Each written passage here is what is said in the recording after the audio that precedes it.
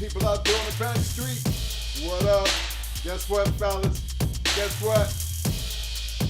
Pit mamas, be out there, guess what? It's Hot Moist Friday! Yeah! Beginning of the weekend, let's get it in, baby! Don't forget to hit that like button! Don't forget to hit that like button. Don't forget to hit that subscribe button if you haven't already subscribed. And hold on. Wait a minute. Don't forget to take the poll.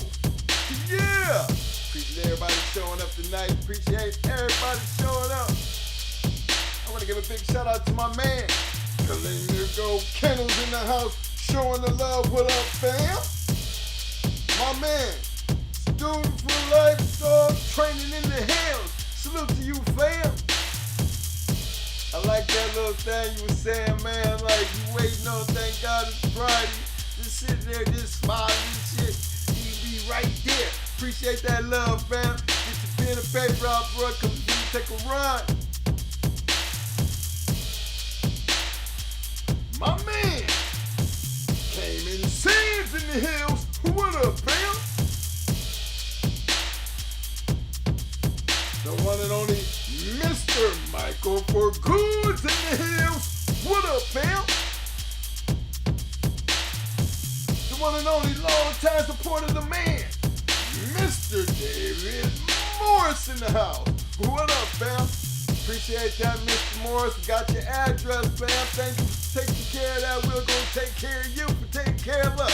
Appreciate the love, fam.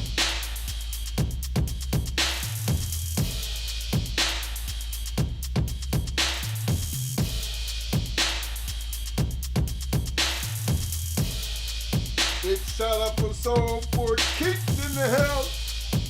What up, fam? Soul for Keats, get that hardware, fam. Welcome to the Shark Tank, fam. My man, GR.CH in the house. What up, fam?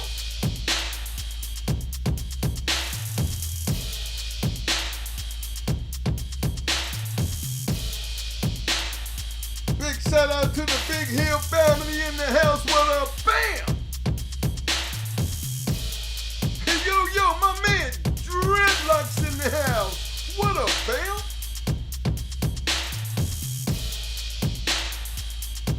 My man, Fat Bob Ray in the hills. What up, bam? The Asiatic soldiers in the hills. What up, bam? Yo, white chocolate, I see you, fam.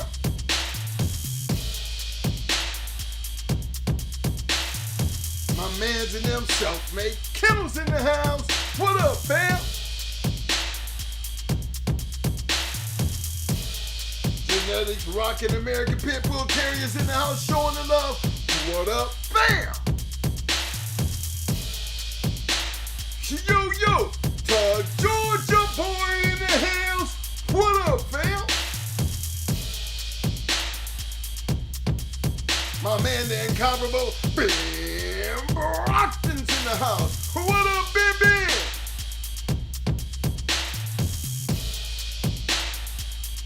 Yo, big shout out to my man, Solo but Connected Kennels in the house. What up, fam?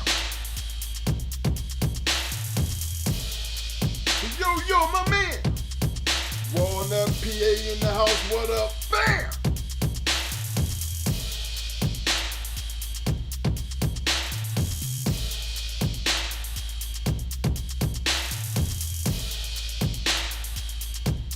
Shout out to my man, Picasso 74 in the house. What up, bam? My man, Mr. William Torres in the house. What up, bam?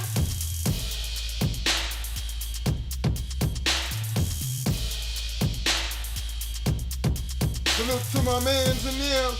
We hunt Kennels in the hills. What up, fam?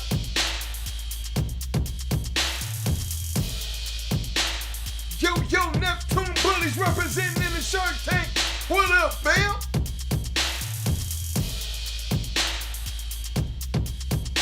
Again, appreciate everybody showing up. for this Hot Mic Friday. Don't forget to hit that like button if you haven't already hit that like button. Don't forget to hit subscribe if you haven't already subscribed. And don't forget to participate in that poll. And to all my people on the back street, show some love.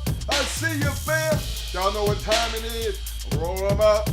Get that drink together. Get that popcorn hot, baby. Get that chair ready. Get ready to sit back and enjoy yourself. But big shout out to all my people on the back street, letting you know I see you, fam, showing the love. Don't y'all forget to hit that like button. Don't forget to hit that subscribe button if you haven't done so already. Thank you, sir. Thank you, ma'am.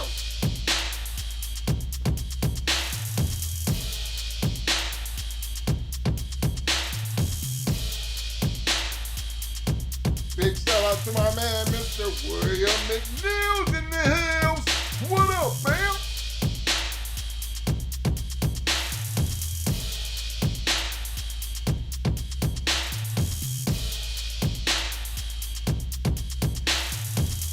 Shout out to my man Solo Buck Connected Kennels, starting this thing all right, dropping the 5-piece. Get it started already. Appreciate the love, fam. He said, the champion of bread have any man by the tendency. Was she safe around children? Yes, sir. She had some biting tendencies, but it wasn't around people. It was everything else. Roots in the ground, tires, doghouse, pan. I mean, goddamn. Only thing she didn't bite was people. Shit. I'm telling you, man. Hell yeah, she was a biter. She was a biter of everything but people. Anything else, she was showing up to be biting on. The whole tree, the roots. Yeah, she dig down, get the roots. I mean, hell, we got her a Michelin tire, brand new Michelin tire, thinking we can go, you know, slow her biting process down. But I give her about a year and a half. She toe hit it, and it got down to the belts. We had to take that from her. Yeah, she was a biter. I mean, we would maxed her out if her teeth wasn't so bad. Appreciate that Solo But Connected Kennels showing the love. Appreciate that, man.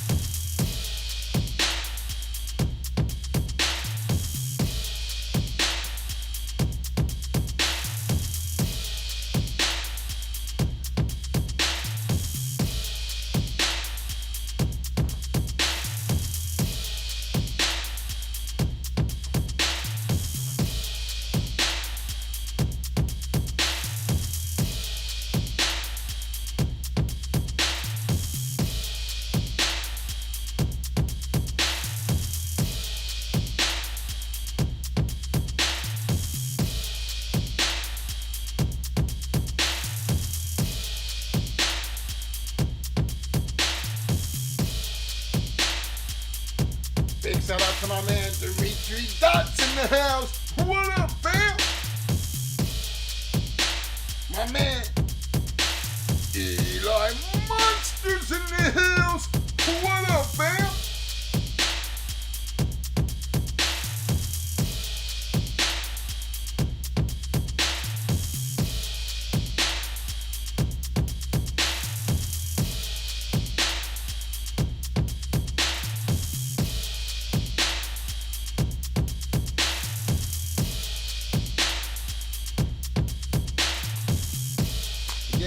thank everybody for coming out for this Hot Mic Friday. Y'all don't forget to hit them like buttons, sharks. Don't forget to hit them like buttons. Don't forget to participate in the poll. To all my people on the back street showing the love. I know y'all out there. Don't forget to participate in the poll. Not a wrong or right answer. And do not forget to hit the subscribe button if you haven't already subscribed.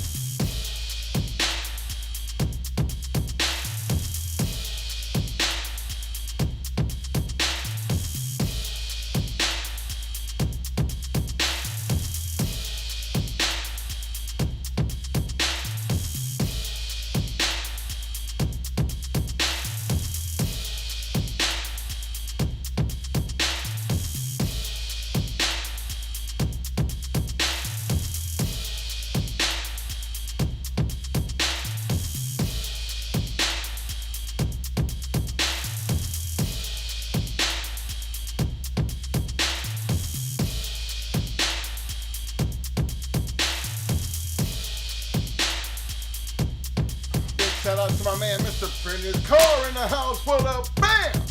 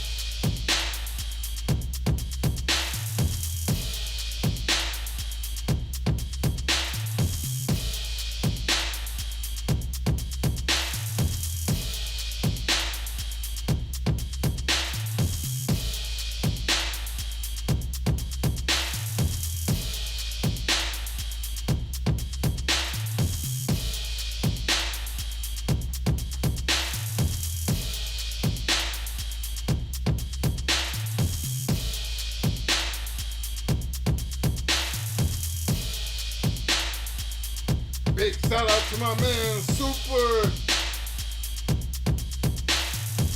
Dimitri 2011 in the house. What up, fam?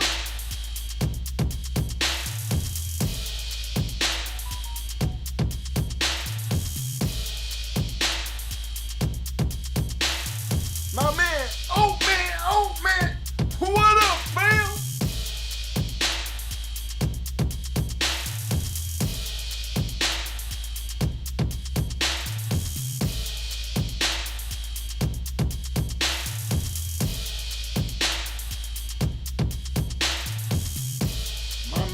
Frederick Hodgebob's in the house. What up, fam? Yo, my man, Mr. Ethan Brown in the house. What up, fam?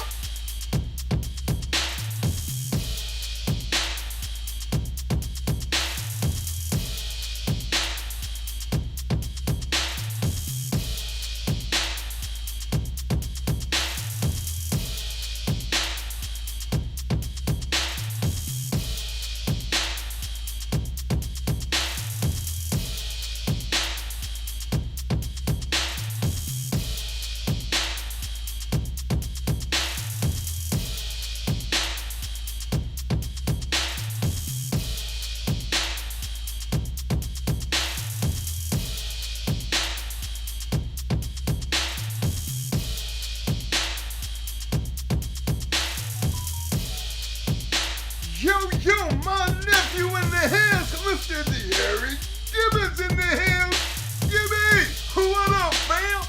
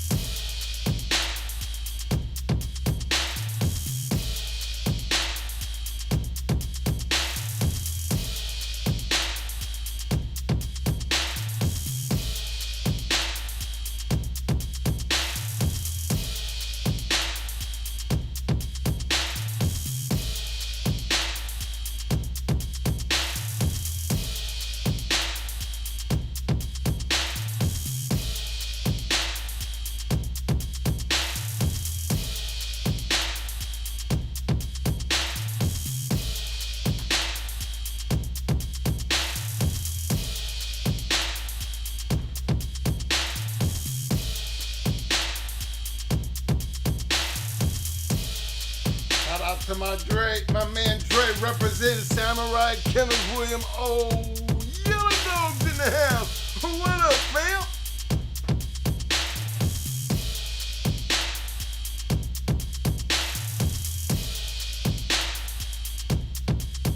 Another big shout out to the Shogun Warriors in the hill. Represent, fam.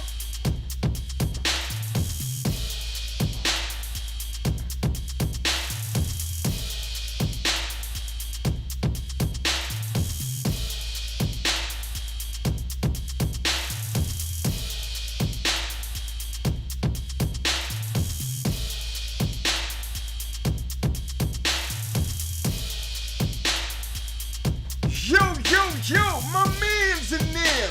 Spike Brothers, Kennels in the house, what up, bam! Again, I want to give a special shout out to all my people hanging out there on the back street. What up, bam? Want you to know I see you. Thank you for coming out for this Hot Mic Friday. Look, go and get that thing rolled up. Go and get that brewski ready. Go and get that popcorn hot, sit back and enjoy yourself. But don't forget to hit that like button. Don't forget to subscribe if you haven't already subscribed. And don't forget to participate in the poll. Appreciate you showing up, fam. Appreciate the love. Come on.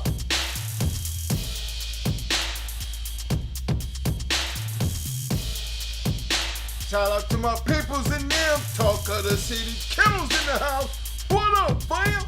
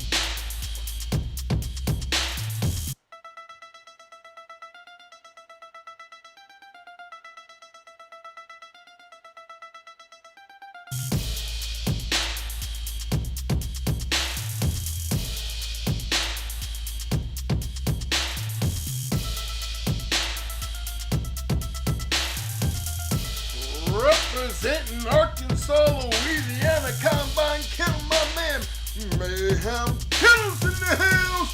What up, fam?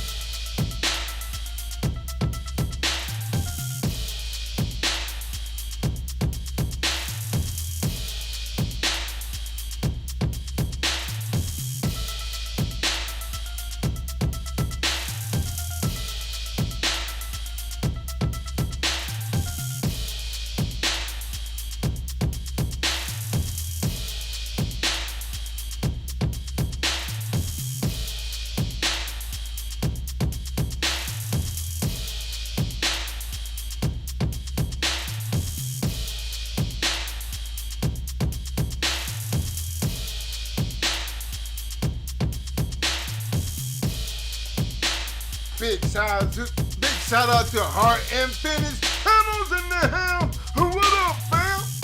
Yo, my man. DB303, what up, Ben Ben? DB3, my man.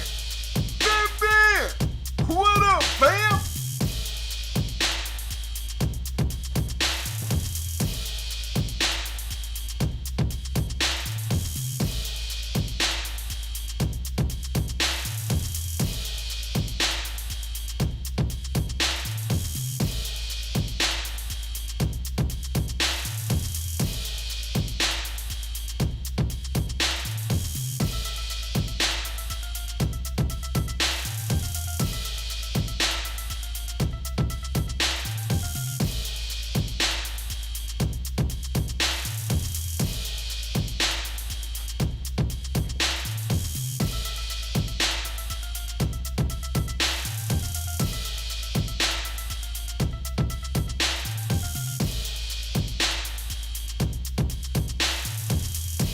What up? What up?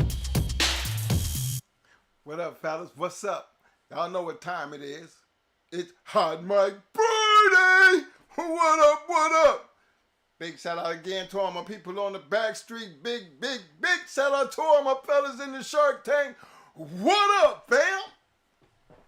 Hey, y'all, look. I wanted to give a big shout out to my man, Samurai, my man Dre. We had a nice show Wednesday night, fellas. You know what I mean? Y'all need to start coming by, hanging out with us, support the channel. We have we get down to some real bulldogging over there. You know what I'm saying? Because again, it's all about character. One thing we keep missing when we start talking, we can talk a whole bunch about dogs. Look, man. Trust me when I tell you this, man. You can have the baddest dog out there, and he be in the worstest person's hand, and that dog wound up being shit. This dog game is not just built on the dog. The dog is a representation of the dog man. Trust me when I tell you. Now, we know, these dogs, they don't all turn out good. But when you used to doing all the right things, you're taking care of them. You actually get out there and you show them the love. You spend that extra bit of time. There's dog men, they just do extra shit. Real ones, and I ain't here to knock nobody, but man, it's more than just a dog sitting on the chain, man. Just because you got a yard full of dogs and they out there on the chain don't make you a good dog man. That's why I want to give a big shout out to my man Dre, because he gets into the mind of a person. You know what I'm saying? When you get into the mind of a person, that helps you understand kind of what is necessary to be able to deal with the dogs. See, we look at our dogs like they were soldiers, they gladiators, you know. That's the way we handle them. I mean, it's just been like that. Whether it's the guard dogs or the bulldogs, I mean, they all have a job, you know, and we try to be like servicemen. I mean, you know, you hard on them because it's a job that you need to get done. But when you show them that love, you know, and I speak from like, you know, drill instructors, you would swear them down, they hated your guts, yelling at you, knocking you upside the head, screaming over you all the time. I mean, no matter how hard you tried, it seemed like it never was enough. But one thing I got out of that, man, I got figured that out at a young age, man. It wasn't nothing like the love that they had in the end, because they were only trying to make me a better person and make sure that I was going to be the best that I could be. Even when I didn't think I could be what I was. They made me that. You know, so I learned to respect them, and I know my drill instructors' names after all these years later. I remember every last one of them. Because it was at that point in time in my life, I was young. Even though I had strict parents, you know, they demanded things, but my parents didn't demand me to go out there and put damn near 100 pounds on my back with a rifle, you know, fully clothed and out here running in the damn sun. Or being bit by a mosquito and I can't slap it, or a sand flea and I can't reach up and slap the shit out of it. I mean, them big damn sand fleas down there in Paris Island so damn big, man, they bite you in the face and you swear them down that you was just shot. I mean, blood just dripping down your face and you feel it dripping. Thinking it's sweat. Shit, that shit is blood. You know, I feel this biting the shit out of me, and I'm standing up there and you just can't get up there and do nothing. I mean, they used to make you, you know, you try to do one of them, and they would see it. They would catch you. And I understand why now, because when you got 80 people just standing there in parade rest, you know, that's with your hands behind your back, you know what I mean, and you just at parade rest, and it's so obvious that you can see anybody that moved. You know, anything, I mean, even if you want to do something with your leg or, you know, try to readjust something, they would see it. So, and we'll come down through there and clown. The baddest thing I used to hate about it is they would, you know, person do this right here, and they would make everybody do, you know, bends and thrusts. Just because that one person, the whole time he's standing there. No, he wouldn't have to do it. He would just stand there. You know, so I used to always think, man, I'm not going to be the one that's going to have everybody else doing bends and thrusts, because I'm sitting up here, I can't, you know, I don't got enough to keep this thing, you know, keep my hands still. I just didn't ever wanted to be that person. And that's how I be feeling about the dogs, man. And that's why I shout out to Dre, because, you know, I always open the show up with trying to be something, you know, to talk about us as a fraternity and talk about us as people. But then when you're in a room and you got a bunch of dog men, and just think about, not only we talking about dogs, but we talking about what it takes to really be a dog man and the discipline necessary to be able to do that. And when you got other dog men talking, everybody do things in a different way. But you got to find some kind of common ground that we all have in common. We might do things different, but there's things that we all gonna have in common when you're good dog men. You're gonna have that spending time with them. You're gonna have that extra care, that extra passion, that extra love, you know? And you can almost hear that. My man Solo But Connected, big shout out to you, bruh. Because he's another one of them. I can feel when I talk to people, I listen. And when I can feel your passion, then I know you about it. You about your business. You ain't just talking. You is really about your business. Cause I mean, I sit back and I watch Mo sometime, and Mo be Mo gets into, you know, that mode, and I know y'all gotta feel his passion for what he doing, you know, regardless of he talking shit about something or he's showing the love for something, you can feel it. Because if you are accustomed to doing these things and then you're willing to share that conversation with somebody, you're gonna be passionate about how you say it and what you say.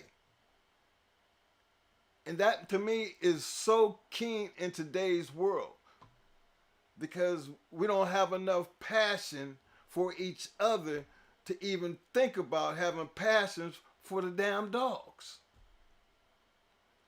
And that's why I been giving, you know, today I was gonna give a big shout out to my man Dre over there at Samurai Kennels, because again, he actually takes the time out and gives that inspirational insight on it, and that's why I run over there and I enjoy the conversations, because again, I'm old school, bruh. I mean, I'm old school. So I'm kind of like stuck in my ways. But I love the fact that when I see a young man, maybe the military did it to him. I mean, maybe he grew up that way, but we have so much in common. But there's a lot of years between us. But just to see a young man with that kind of inspiration and spunk, it's kind of re-energizes me. Makes me feel like, you know what I mean, there's still a chance. You know, because that means I could look up to that guy and know that as time go on, he's not gonna change who he is. Because if you guys know me when I was 20 years old and know me now, I'm just not as wild as I used to be. Because I used to be wild, crazy wild. But through my knowledge and experience in life, I can't keep doing things that I was doing when I was young. You know what I mean? I ain't got time to be giving nobody 10 and 15 years and 20 years. That shit, back in the day, I ain't give a damn. I'm all in. I'm in it. You know, balls to the wall. I'm grinding. My hustle game is strong. Too old for that now. You know, I've lived that life. I've had that fun.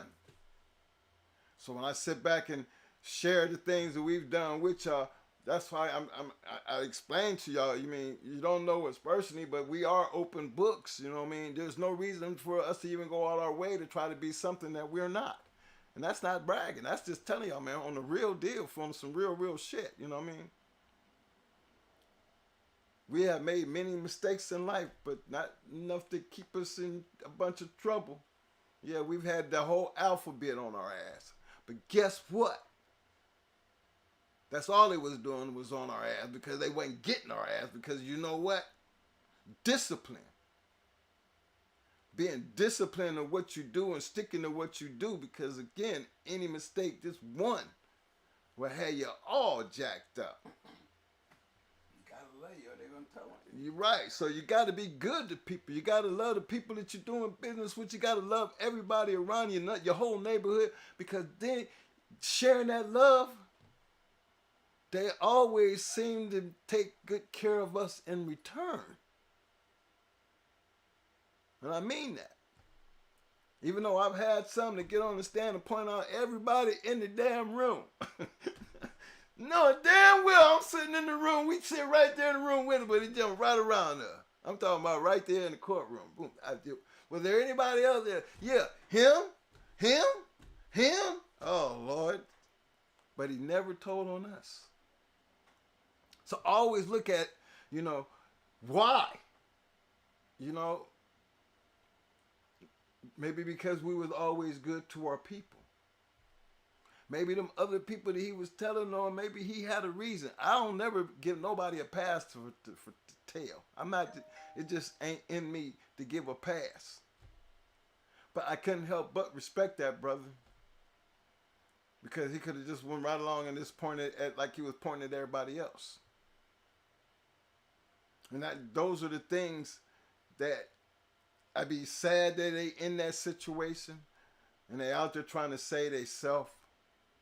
But then again, if you took care of your business and the way you're supposed to take care of your business, sometimes these things can be avoided. And that's why I always was up on our business.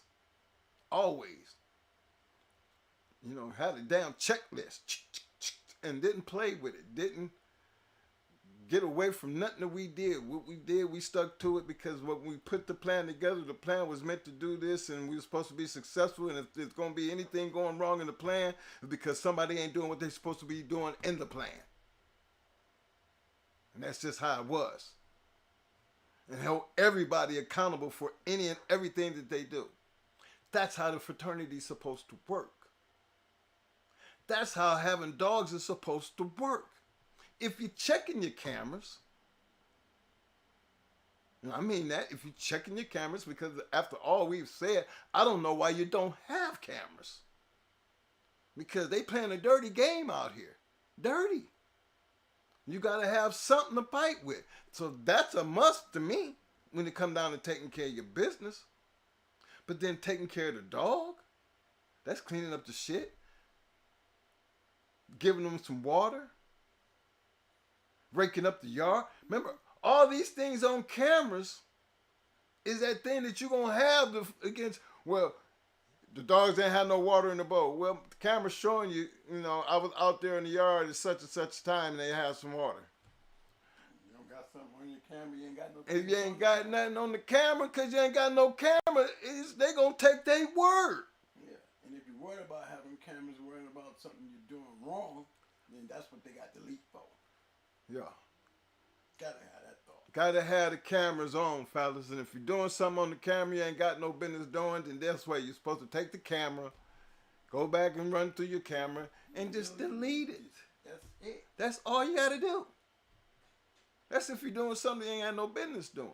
I mean, the camera is yours. You can do whatever you want to do with it. The thing is, the camera just always an extra means of protection as far as I'm concerned, because they is doing whatever they want to do. If you don't have nothing out there because the dog didn't have no water, or it's cold outside and the water frozen, well, hell, I just gave him water at 7 o'clock. Y'all out here at 10 o'clock and the water froze. But you can best believe they had some fresh water. You know? Why? Hit the play button on the camera. We stick to that, and we preach that. It's like we preach having a relationship with the dog. Having a relationship with your fellow dog man. You know, it's not about being better than the other guy. I mean, we wasn't never trying to be better than the other guy. Not when it came down to our people. You know, just like if you going out, you know, hunting, you know, you ain't going hunting to be, you know, when you hunting for something, that's what the word hunt means. I'm fixing to go get something. I'm not trying to hunt against my friends, my people. Game too big to be out here hunting against my people. I'm going to go hunt with my people. But I never was one to hunt against them. So this is why I've always felt that camaraderie was so important. The discipline and the love of the game is so important, because this game ain't built and made for everybody, man. I wouldn't give a damn if you was just a breeder. If you ain't true to the game, and you ain't doing your papers right, you ain't doing the breedings right, your word ain't shit, then guess what? It's going to catch up with you. And then I hear people talk about, how do you know the difference? Well, I'm going to put it like this. You know, being I'm going to just say, being a street guy, you know, growing up in my day, you know, you've been out there long enough, you stand on the same block, you've been around the same city, the same people, and you just know your people. You should know the relationship with the people that you've been around. You know? So it's obvious to me when something looks out of place, because I made it my business to see what was going on and have a relationship with everybody around me, and especially people that I was doing business with. And if I wasn't doing no business with you, then I didn't really have to worry about you doing nothing to bother me or hurt me. 'Cause I don't know what you're talking about. But honesty was always the key to even everything that we did. Even show them some love, extra love. I want you to keep coming back.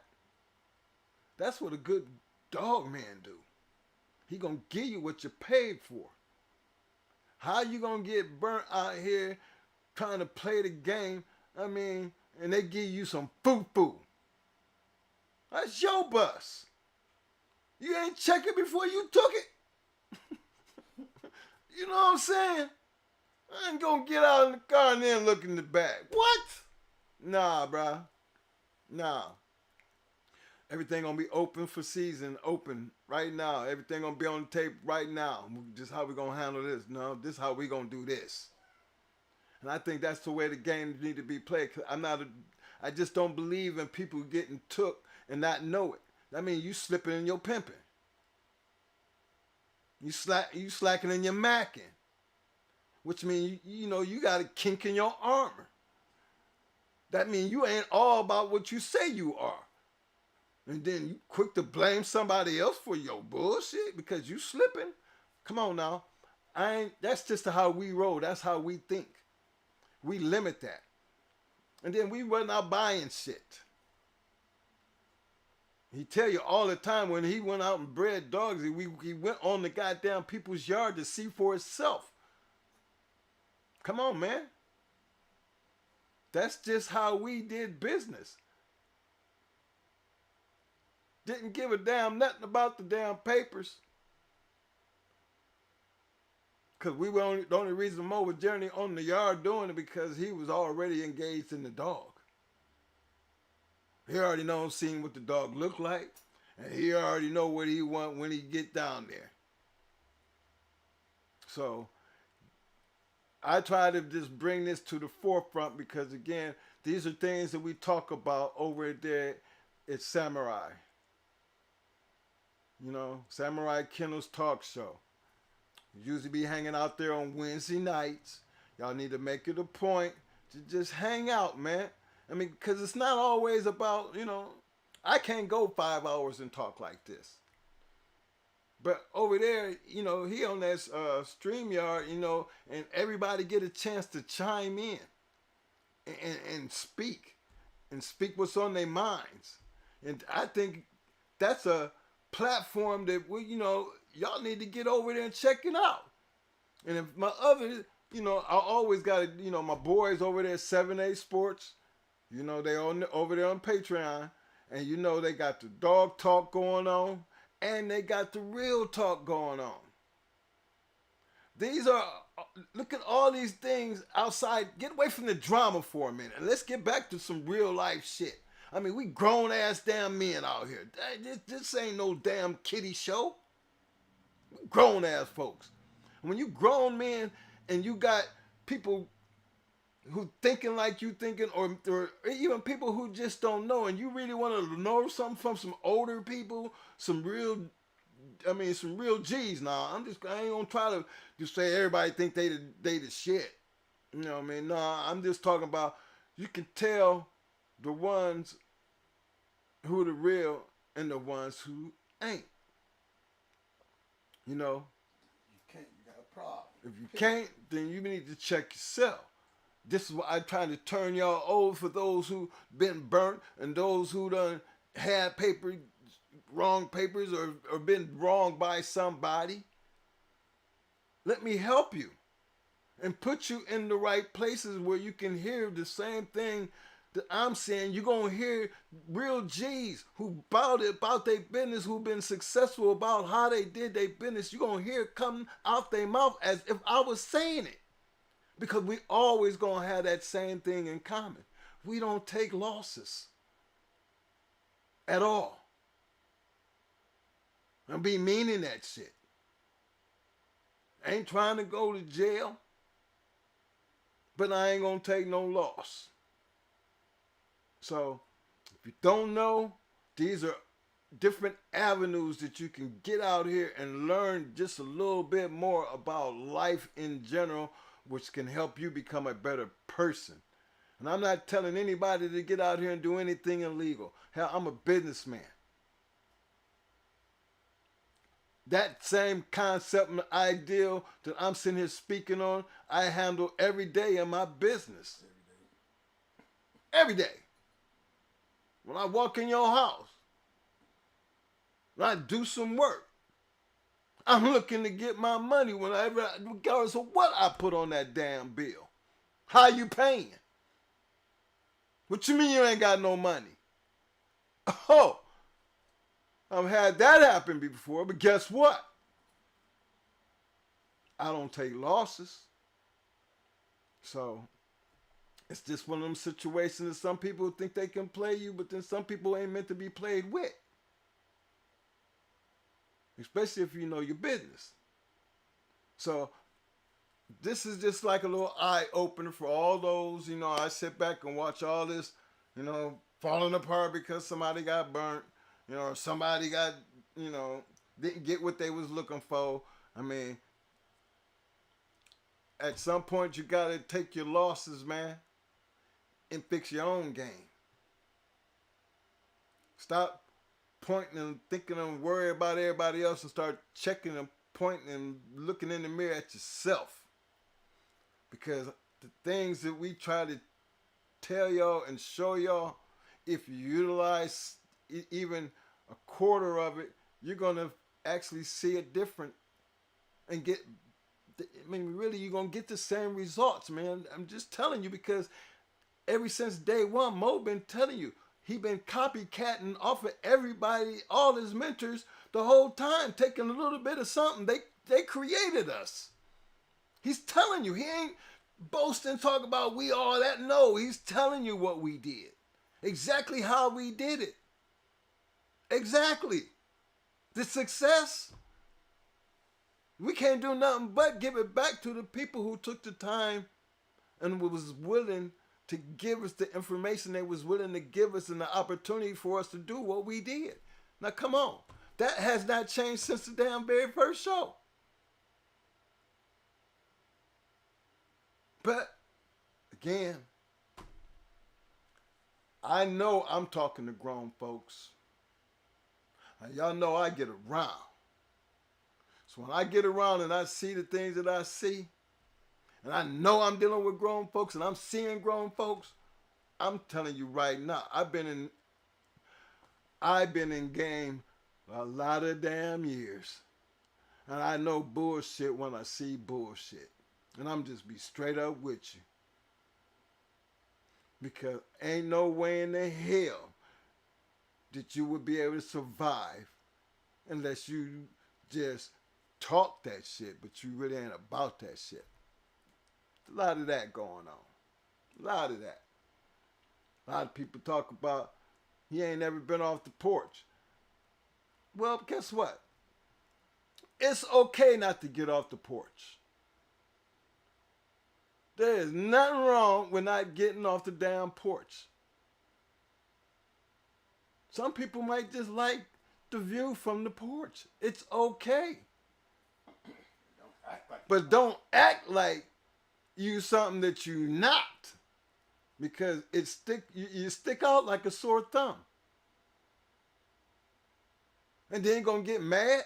Oh, let me explain something to you. Them kind of people, don't stick your chest out.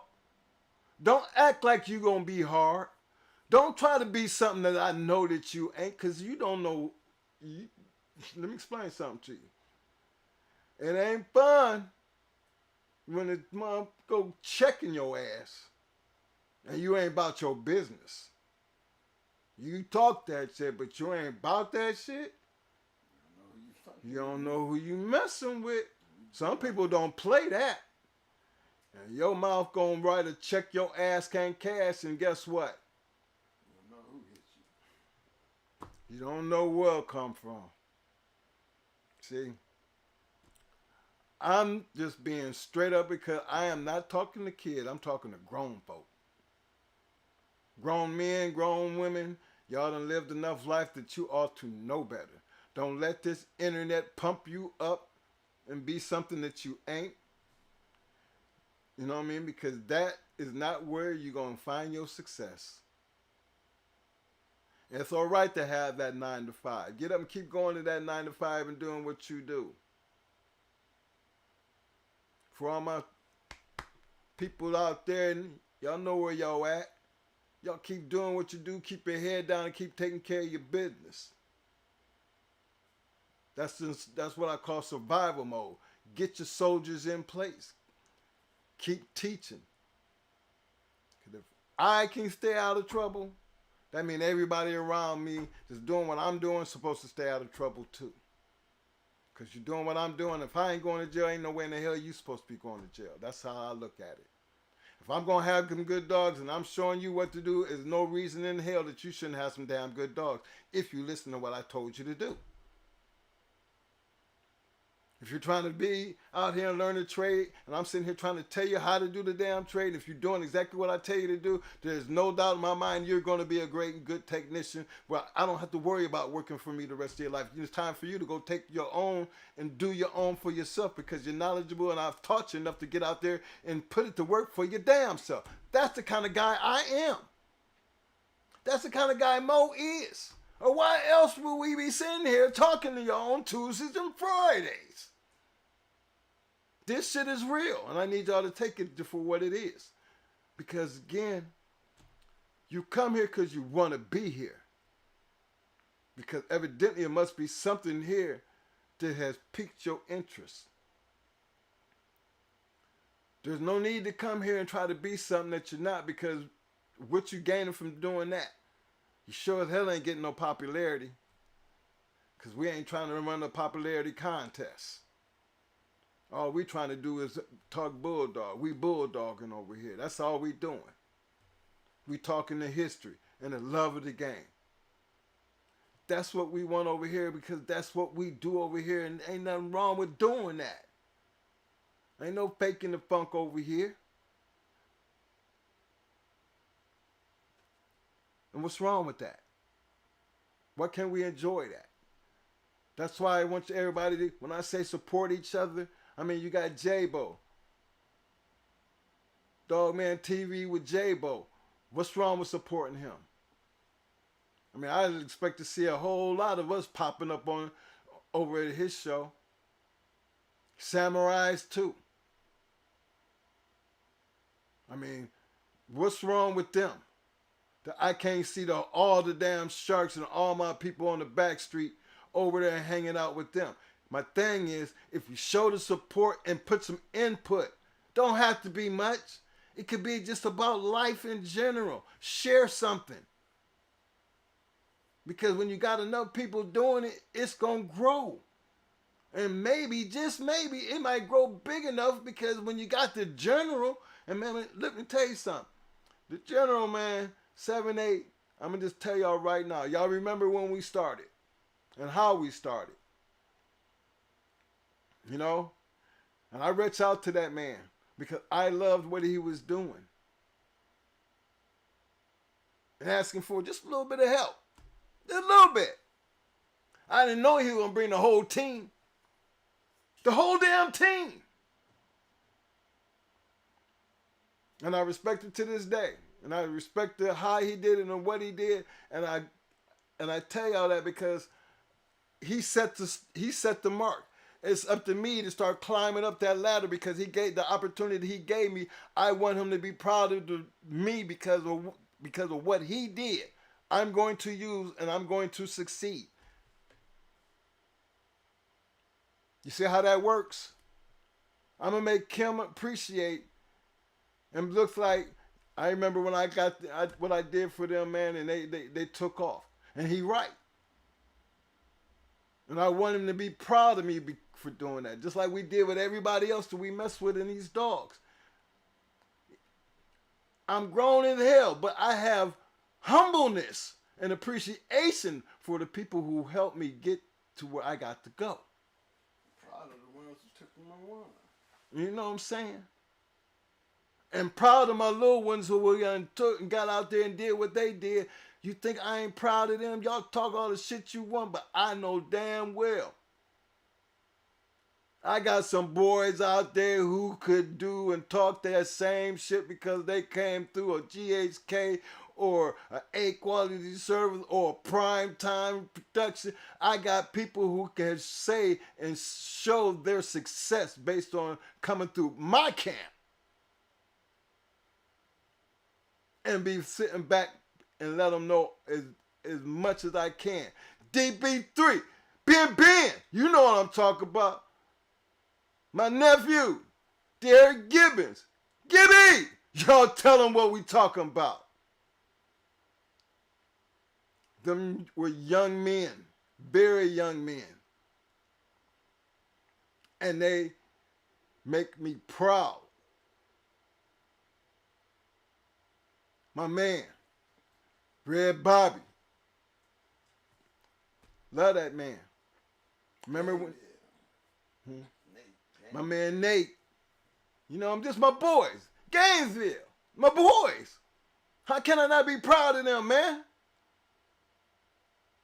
Young men. Took it and ran with it. Made something of it. How can you not be proud of them? These are the kind of things I'm saying, y'all, when they talking about a fraternity. Creating a family. Sharing the love. Supporting each other. These are the things that I speak on. These are the things that I take the little bit of time that I have to stress and drive home and get you to understand. This is what we're trying to do. Are you willing to help us? Because that's all we're asking for. And then hitting the like button, hitting the subscribe button, and then participating in the poll, and then showing up and being over there and everybody else. So, because ain't nothing wrong with hanging out when you're just hanging out and having fun. As long as we on the same page, I just want y'all guys to just show a little bit more. I want to see a lot more going on because we're trying to do a whole lot more things. In order to do the things we're trying to do, we need everybody to be on the same page. And you can start by being on the same page by supporting each other, jumping out there, getting in there on them shows. They're jumping some of them conversations. Them boys is opening up lines. They actually giving you a chance to get in there and say what you need to say. They ain't talking about nobody. They giving up the format. J-Bo coming in, giving up the format. The platform to get in there and say what you want to say. But like I said, don't be something that you ain't now. Because we're going to call you on it. This is why we got a Shark Tank. You don't want to play over here? I want everybody to understand the purpose of that Shark Tank, regardless of where we go, how we move. I want them damn sharks to eat. If there's chum in the water, you can damn near best believe they gon' eat. And it ain't their fault that you became the chum because you wanted to be something that you want. And then you gonna get mad? Well, guess what? So what? So, do like all the other Kurds do and jump the box and move on. Get on out the way. Just get out the way. Because again, at some point you're going to be putting your shit, you're going to write a check that your ass can't cash. And then by that time, it ain't even going to matter. It don't even matter. You need to just keep your ass right there. We got to have something to eat any damn way. Because a lot of mouth with no action, you talk that shit, but you better believe when you dealing with somebody who about that shit, we will check your shit. And that's just how life works. That's how we work. And that ain't to offend nobody. I just want you to know, we gonna keep it real. Be who you are. Don't be something that you ain't. Because every time we sit on this show, we ain't going to be no more than who we are. Ain't going to try to be nothing else. And what's wrong with that? Because again, if I wanted to be something else, I wouldn't be trying to do it right here. What we trying to do here is create a fraternity. Get things back the way they was. Hell, we got the internet. We got YouTube. We got all these different podcasts. We got things that we can do. These kind of movements make things happen. Captain. And you got people like 7-8, the general, and that panel over there. And you know, just think of all the people that they can just reach out and touch. Remember, they can just reach out and touch. Hey, man, look, need to do. Oh, I work on that for you, twin. I mean, those. How can you not appreciate and respect that? That's what I look at as far as growing my business, growing my entertainment platform, growing my community. I want y'all to be a part of that. To all my people on that back street, y'all know what I'm saying. Y'all know what I'm saying. You done preaching? Yes, sir. You ready? Yeah. Okay, it's on you. I call you preacher. Oh man, I hit my night. That's only 30 minutes for me, man. You finna get 4 hours. No, I mean I just did it. I got 30 minutes in. That's the preacher, man. You talking that shit, man. Ain't nothing wrong talking that shit. They need to hear it. They give it to them. Amen. Is that right, y'all? Reverend Mike, you be putting it down. Nigga, I'm telling y'all, man. Me, you know what I'm getting ready to do. Shit. I'm gonna tell y'all, get on the damn bus. Let's just get on the bus. Let's get on out there on the bus and let's get on in there where we going. Cause you know, me personally, you already know what bus you're on. You already know where we're headed. Ain't nothing good back here where we at. You know, back here when we get off the bus, we in the world of dog fighting. So we just hang around back there, you know what I'm saying? And leave all that other good shit up there when we go home. Right now, we're going to get on the bus, and we're going to go back down there where our time is and follow the disclaimer that this is for, you know, put my disclaimer up there, fellas, let them know. This is for the purpose of entertainment, historical times, you know what I'm saying? So we can let everybody know that we ain't promoting nothing. We talking about something that's back there in the back where we safe to talk about. You don't know when it happened, if it even happened. We could be just talking, but we gonna go back there and go see. You know what I'm saying? So today, I'm looking at the Register of Merit list. I'm gonna wonder if y'all, I'm gonna go over some stuff here. Y'all just gonna be like, you know what, twin? You on some shit, man? Cause I'm on some shit. I'm gonna be like, did y'all notice something? Now, be back in our time now. I ain't talking about y'all time. Y'all time, I don't really know much about. You know, hold on, y'all. Let me go plug up my shit right quick. Hey, Mike. Come read the poem to me, man, so I can see what you're going, man. So I take off, baby. Let's jump out the screen. The poem. What's the poem, baby? I had to plug up my computer before I get started here. All right. The big poll question tonight was, the following American pit bulls below all were dogs of the year. Which one would you love to have on your yard? We have Grand Champion Macho Buck at 22%, Grand Champion the Destroyer at 9%, Grand Champion Awesome Beast at 20%, Grand Champion Barracuda at 50%. That's already at 105 voters. Appreciate everybody who voting. The vote is still early. Keep getting it in. So they got Barracuda number 1. Mm-hmm. Who's number 2? Macho Buck. Macho Buck. Third is Awesome Beast. Awesome Beast. 20 and 22. Oh, that's a good one. And who's last? Destroyer? Yeah. Destroyer last? Yeah. Dang. They got Macho Buck over Destroyer? Yeah. Man, see? Got that height. They believe in that hype, Mom. I believe in that height. I need to get my camera out then. And by the way, we gonna look at them dogs on that list. Now, y'all do know that every single dog on that list is a dog of the year, right? Every single dog on that list was a dog of the year. 2003, Awesome Beast and Destroyer shared Dog of the Year. 2004.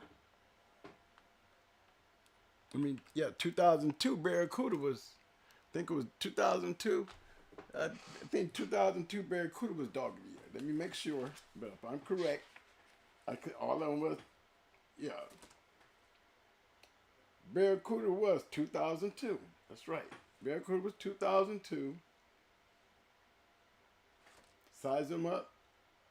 Grand Champion, Awesome Beast, and Destroyer was 2003, and then you have Macho Buck 2004. Now, that's a total of 4 dogs. And all of them was Dog of the Year.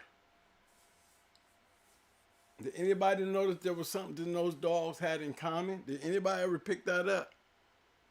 2002, 2003, 2004. But a total of 4 dogs. All 4 dogs had something in common. Hey, what's up, y'all? I see y'all out there hollering at me and shit. I see y'all. Yes, I do. Okay, now, well, I'm going to beat up on that list since y'all got that list. You know what I'm saying? I do got my camera thing out. You know, probably ain't got Destroyers. I don't think I got I think I got Destroyers matches. I'm missing somebody. I know I don't have Barracudas in front of me, but he's out there. But I can tell you, I know 2 of them that I know I saw him smash, and that was, like I said, Triple M was on his list, a great kennel. Crossroad was on his list, a great kennel. And Black Ice was on Barracuda's list. So, you know, to me, Barracuda is in the right place, because when you put all them up there compared to what he went through, no, he went through fast lane. He went through the fast lane. Not saying all the rest of them didn't, but no, compared to what he went through, no, they didn't go through what he went through. He went after everybody. Major players. Triple M, Black Ice, and Crossroad. In Crossroad, he beat their champion Fatty. So, yeah, Barracuda's supposed to be number 1. But they all have something in common. Every single one of them has something in common. And you know, while we on the subject, they all not only had one thing in common, they had a type of a characteristic that, you know, I'm pretty sure that a lot of guys never really considered or thought about. So we're gonna go over that today. Okay, let's go with. I think I'll start with the bottom one. Let's go into the Destroyer. Let's look at all those pedigree right quick. Okay, so we're gonna start off with Barracudas right quick.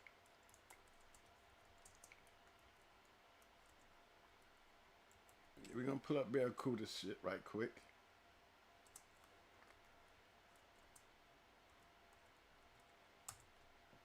We're gonna see what is it they all have in common. Okay, I seen somebody said Buck. Yep. They have more than just Buck, but you're right. Yep, you're right. Barracuda. 2002 Dog of the Year. Registered merit.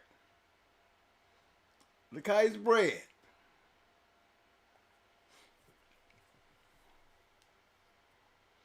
Now, we know he off of Mayday. We know about the yellow stuff. We know the dolly part of it, right? But even down here on the bottom here, you know what I'm saying? Even down here on the bottom here, we talk about Bob and Deadlift coming off of Yellow John. Well, we know that Bob is off of Yellow John, not yellow. You know, and when you look at yellow, you got yellow there, you got yellow there. But what's the major factor in everything that they're doing in this breeding? It's the perfect 50-50 cross. Even though we got Hank in there and Lady Sesame, which is the Zebo stuff, you got heavy yellow John. Not yellow, but yellow John on the bottom. You know, don't everybody get stuck on yellow. Because when I say yellow, I go yellow John. And the reason why I keep pushing yellow John, because yellow John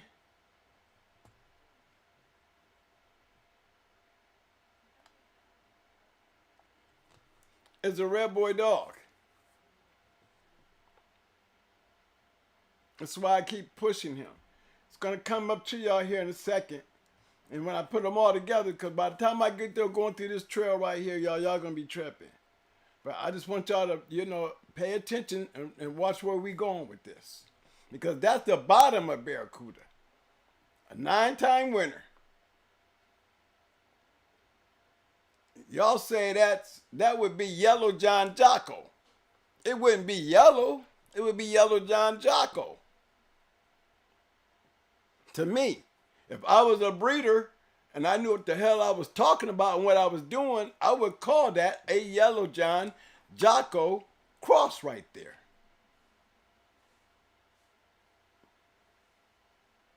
Can't deny it. And when I talk about Yellow John, I'm going to talk about Red Boy. When I talk about Jocko, I'm going to talk about Hank. They all played a major part in that connection of putting those two lines together.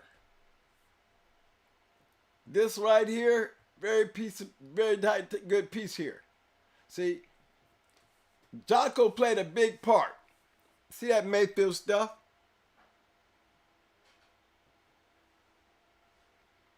Yeah, that was a very important part right there. And you see it right here? They're hanging strong. And look where the little 8 is. Way down here.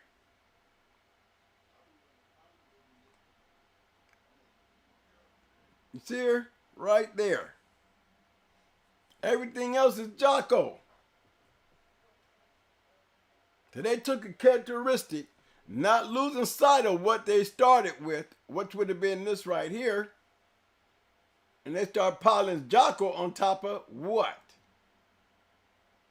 See what I mean? I keep on saying. Anytime you see Lady Sassy Me, you're going to find down there, you're going to find Rosie down there. Old Fletcher Shavers was giving himself an out.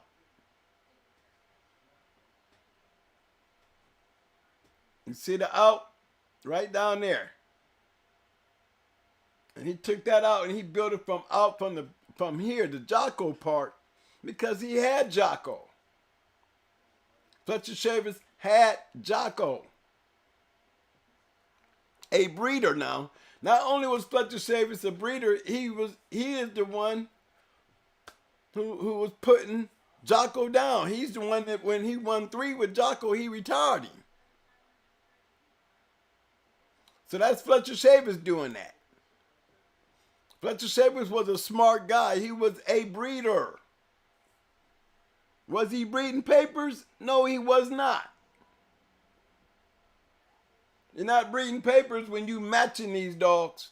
He's matching these dogs. He matched Jocko, Lady Sesame, 4-time winner, Yellow John. Let me help you. Yellow John. Shavers' champion, Yellow John. You see all the names that I'm coming up with. Fletcher Shavers was not only a breeder, he was a dog fighter. Okay, so we're dealing with what was the major jump in the jump. He had it on his yard. He had Jocko and he had Yellow. Mr. Green plays a major part. Because when we talk about Mr. Green is going to fall in with the history of Yellow John. Not Yellow. Yellow John. So y'all always gonna hear me say Yellow John. I don't really go on the yellow because yellow was a very important part because he was part of that 50-50. He was part of that 50-50. Yellow John and Jocko. And that's Barracuda's bottom. You see that? Now when we go to the top, we playing the same line that we played down here on the Jocko. We playing the same thing on the Hollandworth Dolly. Even though Fletcher Shavers had nothing to do with it, nothing at all. Southern Kennels had these dogs. Right here. This one and this one. This was already done right here by old man Hollingsworth. He did this 1990. Mayday was born in 1990. I think on the 10th month of 1990, Mayday was born. So Mr. Hollandworth did this right here in the 90s.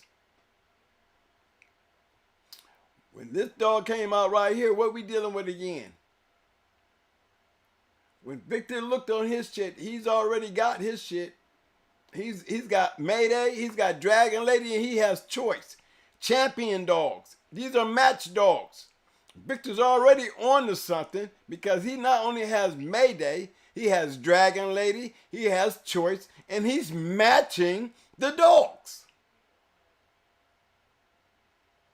He's matching those dogs. When it came down to it, he started breeding. Same thing we saw Fletcher Shavers do. Same thing we've seen David Tant do with Yellow. He bought Yellow for $800, him and Carl Cruz, and they went out and they matched Yellow. Shit, they look what they was matching Yellow in. You know, they call that South Carolina politics. South Carolina politics.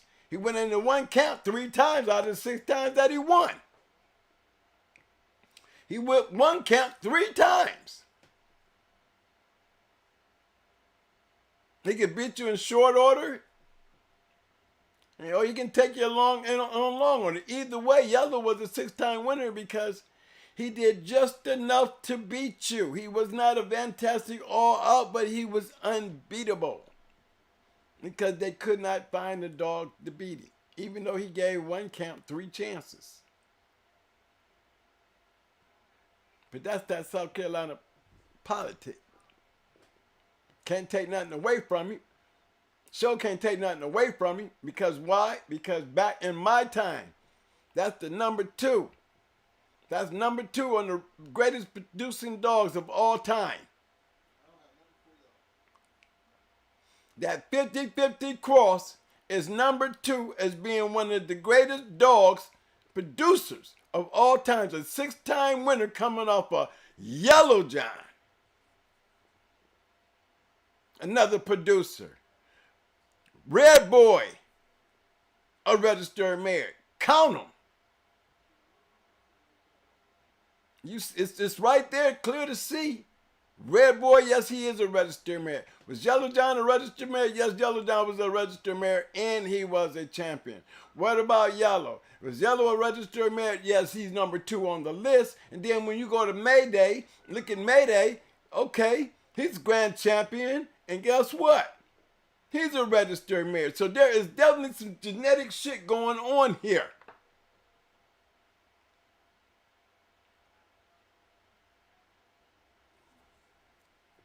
Look at it. And I keep saying, remember, every single one of them guys was dog fighters. Period. Nothing to discuss, nothing to fuss about. Mayday had 2 litter mates on top of himself as a grand champion. Yellow had litter mates that were champions. You see what I'm saying?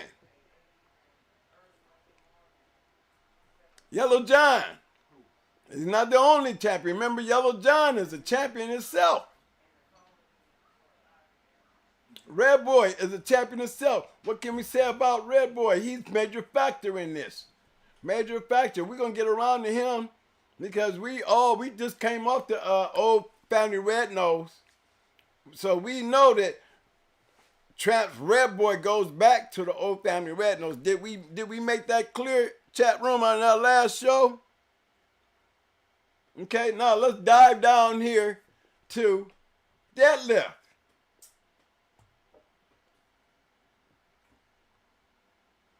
Another dog.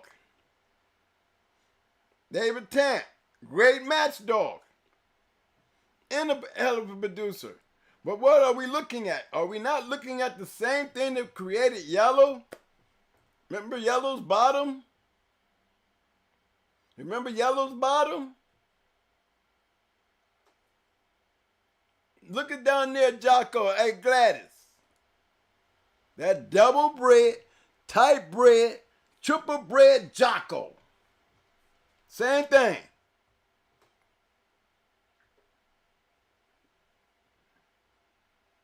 So we got the same thing going, and then we got this right up here. We're back on that Red Boy stuff with that Zebo stuff crossed up in there, but we got a heavy Red Boy dog.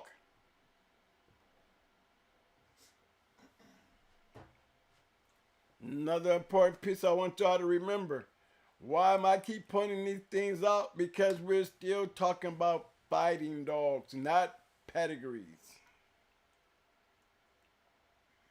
We're talking about the end results, the fights.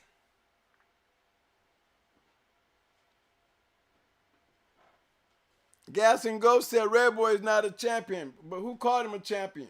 I don't see him a champion on there either. I see him as a two-time winner. But where did we call him a champion? We called him a Register of Merit. And Red Boy is a Register of Merit. If you didn't know, it was that Gas and Gold. Red Boy was not a champion. I don't think anybody, and somebody said that in the chat room because I sure didn't say it. Pay attention. Red Boy's a Register of Merit. So was Yellow John. So was Yellow. It's almost the same thing to create a Yellow right there. Same format. What did we get in return? Champion deadlift, a Register of Merit. What's the characteristics? Evidently match dogs. Evidently producing themselves. Match dogs.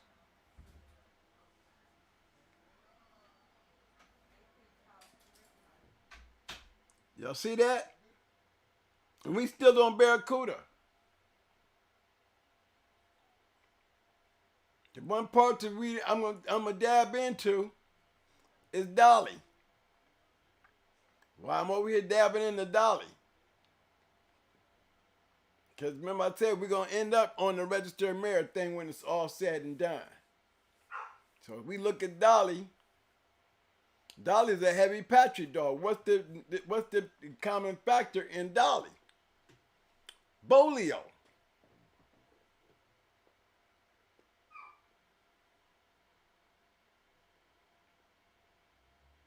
Yeah, Little Tater. Common factor. You see him? Right there. Off of Bull Boy Bob. Right there.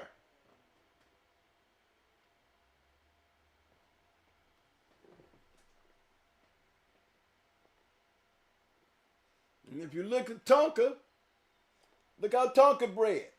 He offered Tombstone and Red Baby. Bolio. You see the common factors. Why am I bringing this to your point? Is because look what I'm looking at. I'm looking at match dogs and producers. Register of Merits. Match dogs and producers. You can take the same thing right here and make it an out. Where's the out at? Right up in here?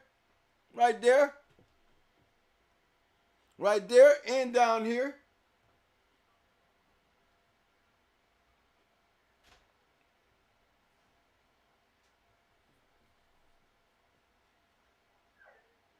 But we still running right back to who? Red baby, Bolio. What's the common factor in these dogs? Spolio.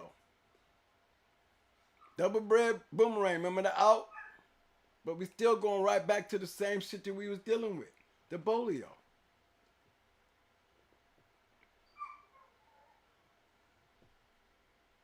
Common factors in these things, man. Why do they work? Remember that. Remember this cross right here. Remember this. Because remember, this is the one that created Mayday, Choice, and Dragon Lady. Factors. Major factors. Going right on down that list. Everybody had one thing in common. Those males were producers. All right, let's go to the next one. I think the next one is Awesome Beast. Who was the next one on the list? Awesome Beast was the next one on the list. Okay, okay. Now, guys, as we go through these, remember the breedings. Because remember, that was 2002 to 2004. And we're talking about 4 dogs that was Dog of the Year. Understanding, this first dog came from a line of match dogs. Fletcher Shavers, from Red Boy to Fletcher Shavers to David Tant to Southern Kennels.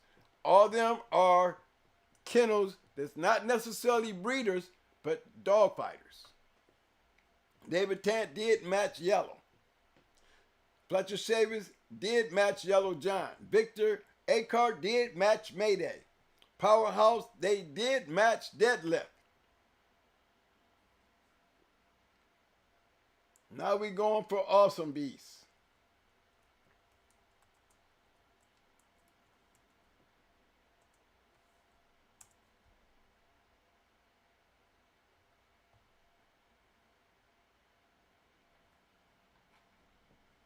Now we on to Grand Champion Awesome Beast. Sergeant Musk Grand Champion Awesome Beast. See how he's bred?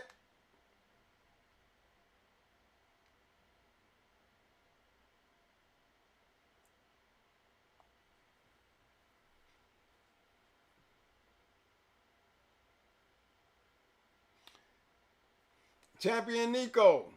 Nico Jr., registered merit. His daddy, Champion Nico, registered merit. Champion Nico, registered merit. Coming off a Jedi, one-time winner, POR. The number 2 producing bitch on the Honey Bunch. Awesome, baby. Right? And then we go down here to the bottom. We got Nico being bred to Blondie, who's going to number 3 on our time. On our time, it was Jeep, Yellow, and Buck. Jeep, Yellow, and Buck during this period. Now we got the number 2 female, the number 2 male, and the number 3 male registered merits, and they all were grand champions and champions in registered merits. It looks like the same thing that created Barracuda, but the opposite way. Now we're dealing with a heavy lot of Bolio with the Yellow John. And when I say Yellow John, I'm going to always keep saying Yellow John. Because it's going to be a whole lot of the Yellow John when you got yellow.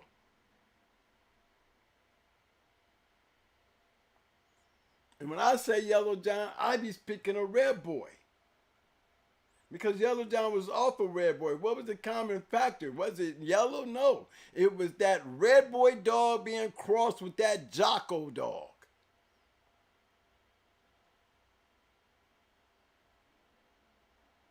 Regardless of who it was that Yellow John stuff crossed with that Red Boy stuff.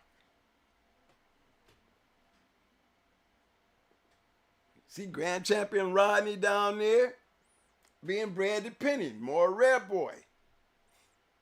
What did that produce? Bred her. How she bred?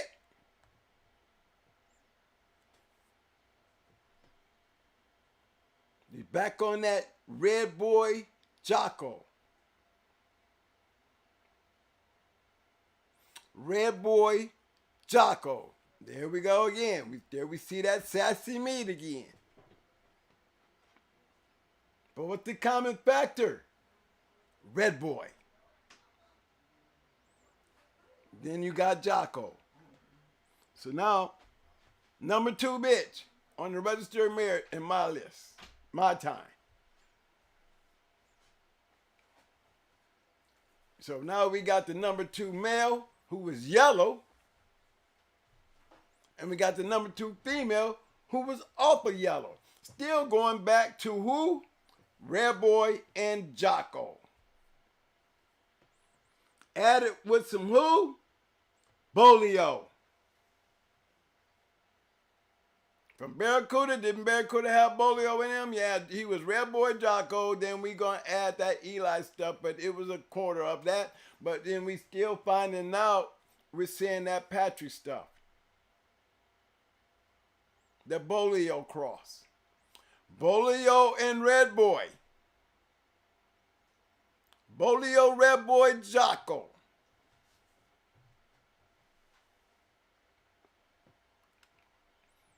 Did y'all see that?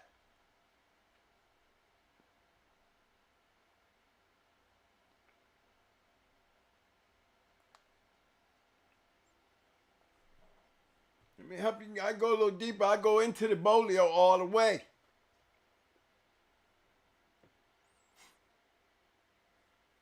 Bolio. Bolio. You see Bobby Jr. up in there. You see that Boyle stuff up in there. It's going to all go back to the same thing. We'll get us a tombstone. We're going to get us some Bolio all up in there. They go Hank. Same Hank produced Jocko. Same Hank that produced Dirty Mary. Cross with who? Red Baby. I hope y'all following along because this is going to really shock y'all in the end when y'all see where I'm getting. You're going to see where we're going. And it's the same stuff. Basically the same stuff that we saw over there in Barracuda. Same stuff that created Mayday. Now we over here on another line, Mayday, and in this, we still dealing with the same genetic makeup of those 3 dogs. Pay attention. Bolio, Red Boy, and Jocko.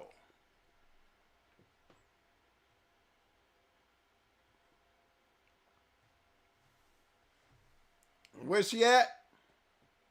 She's at Stone City. Who had her? Stone City. I mean, yeah. Talking about Awesome Baby, y'all. Who had us?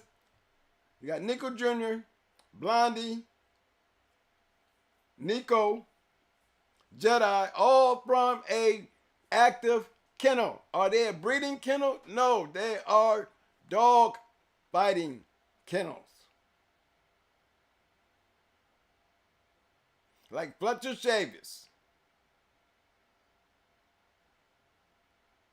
Like David Tank. Like Victor. Southern Kennels. Now we have Stone City Kennels. Using the same concept. There's Little Tater. There's Little Tater. We've already been down here finding Red Baby. Okay, now that was number 2. That was number 2. 2 dog of the years. Okay. Now, hey, what was that other one, Mike? Oh, I got to do PR Destroyer. I gotta do destroyer now. Now we gotta go do destroyer.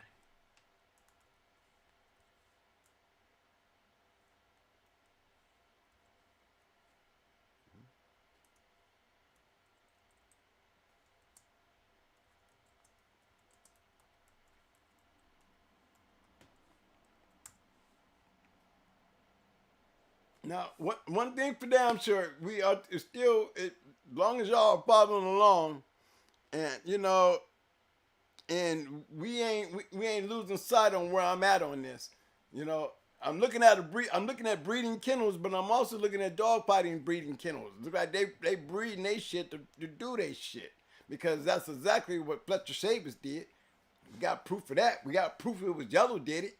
We got proof of that. We got Yellow did it. I mean, Victor did it with Southern Kennels. Got proof of that. We got Powerhouse with Champion Deadlift. Got proof of that. Now we're over here at Stone City. Got proof of that. It's all speaking for itself. These are not breeders reading papers. These are breeders fighting dogs. And there's one thing they all had in common. They was dealing with the same shit in, you know, like we have salt and pepper in the cabinet. They got salt and pepper in the cabinet. Okay? They all use the same salt and pepper evidently. Now we're gonna go look at the destroyer. Now we to destroyer. This is our third dog of the year. 2003. What do we have here? We have something in common with the other two. The top half. Not the same dog though, but he got a litter mate that's in that first half. Over there with Awesome Beast. His litter mate's sister, Blondie, is the litter mate to Grand Champion Yellow Buck. So we already got a factor in common. Because what did they do with this at the bottom? They got all this. Let's click on it so I can break him down.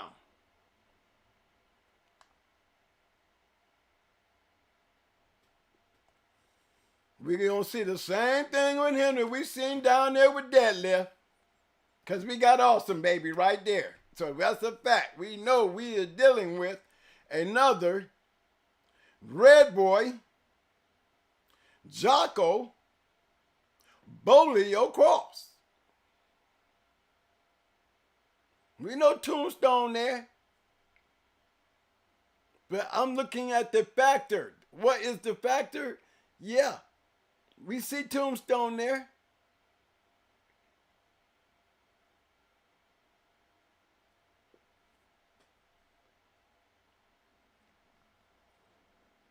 It's that chemistry, that mixture, that makeup. Still, what are we dealing with? You know that's an active kennel. We seen that because that's the same bitch as number 2 on the list. We know him, he's a factor because he's number 3 on the registered merit list.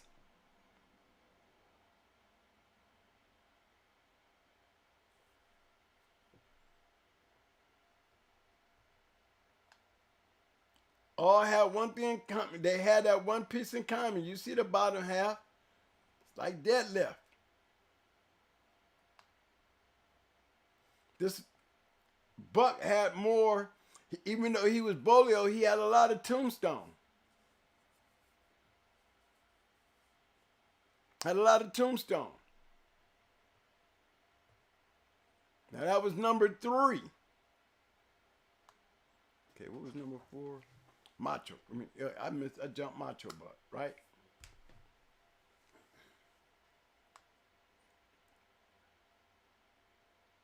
Would you say it looks familiar? Yeah. The out down here, we still can go down to this out, and it's still going to take us back to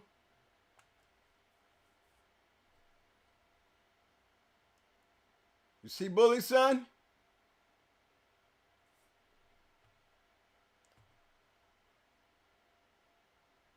See Boomerang?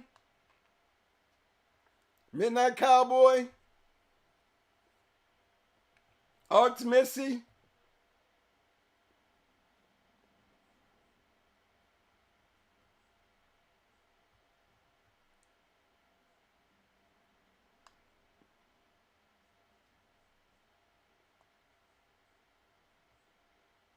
See, you see what I'm saying? Host Jeremiah. Gotta go there. Eli. More Bully Son stuff. More Tombstone stuff. We already know Arts Missy and Boomerang litter mates. You see what they doing?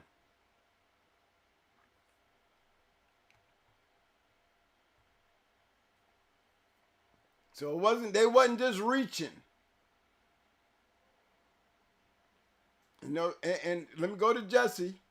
Let me click on Jesse. Just so y'all don't lose sight of that. So y'all just keep up with me. Still dealing with that bolio.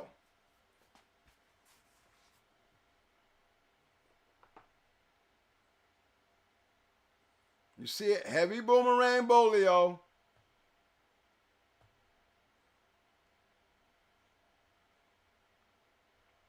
Now, when you step back and look at that, it's not necessarily a 50-50 with all that bolio in it. Not with all that Boomerang. We got a little Bully Son. And we got some yellow. But we still messing with those ingredients. Bolio. And Red Boy. Right? That's two of the factors we said we was dealing with, right? Red Boy and Bolio. We got some Eli in there because we have Bully Son in there. We got some Boomerang in there. When we find Boomerang in there, we gonna find Boomerang in that bullshit like we found over there with Destroyer. Or was that Awesome Beast? Awesome Beast. Still, if you notice something, these dogs got something in common, and they all still coming from camps that match dogs. So they're not doing no paper dabbing because you got Grand Champion Onyx, and you got Champion Amtrak, and they still coming off of match dogs.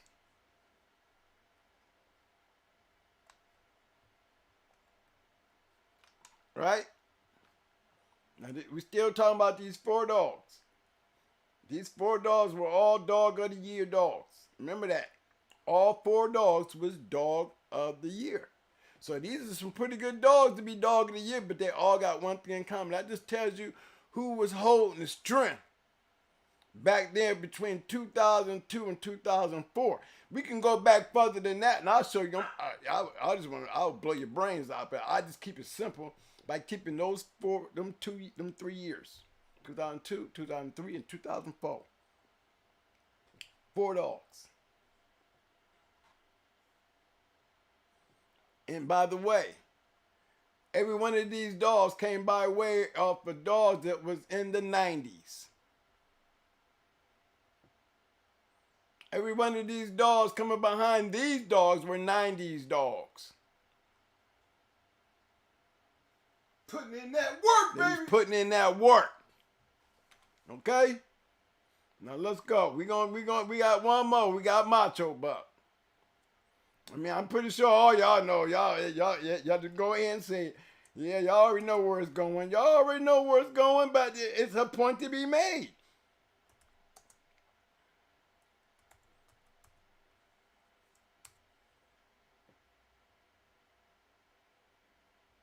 It's a point to be made.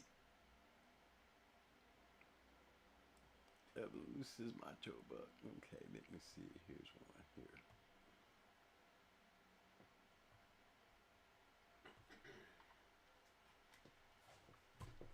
Macho Buck. 2004. Another camp. Does he match Dogs Evolution? Yeah, he did that one. He did that one. Yeah, he did that one.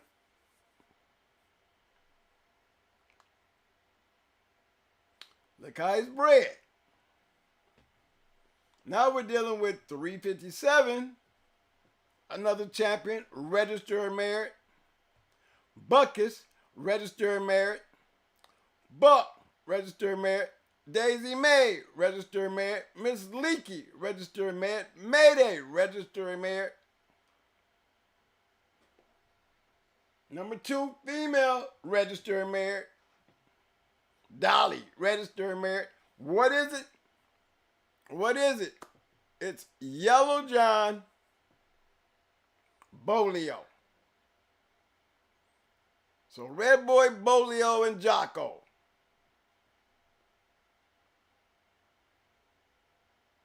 That's what we see. All match dogs. Producer of match dogs. STP. Dog fighter. Tom Ratliff. Dog fighter. Undertaker. Dog fighter. Southern Kennels. Dog fighters. Stone City. Dog fighters. Pay attention. What are they breeding? Fighting dogs. Not papers. What do they have in common? I just showed you 4 dogs. 4 dogs. Dog of the years. All dog of the year. Them 4 dogs. And y'all want to know something else? All 4 of those dogs in their pedigree go, every single one of them, from Bolio to Red Boy, all come from family red-nosed dogs. I don't want to hear anybody go saying, what? Every single one of them. Bolio comes from the family of red-nosed dogs. Red Boy comes from the family of red-nosed dogs. And when I get to Jeep, because I ain't never touched number 1, and number 1 up there, I ain't even added Jeep. You already know I'm going to run and go grab Jeep, because Jeep is part of this too, because he's number 1. Him and Honey Bunch.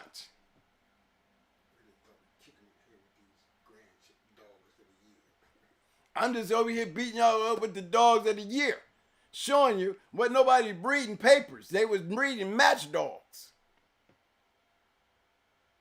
Every one of these kennels is matching dogs.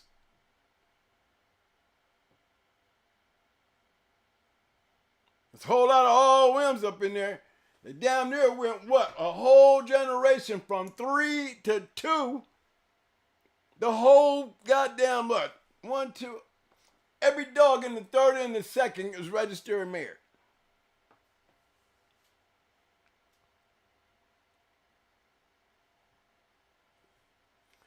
Bolio and Red Boy.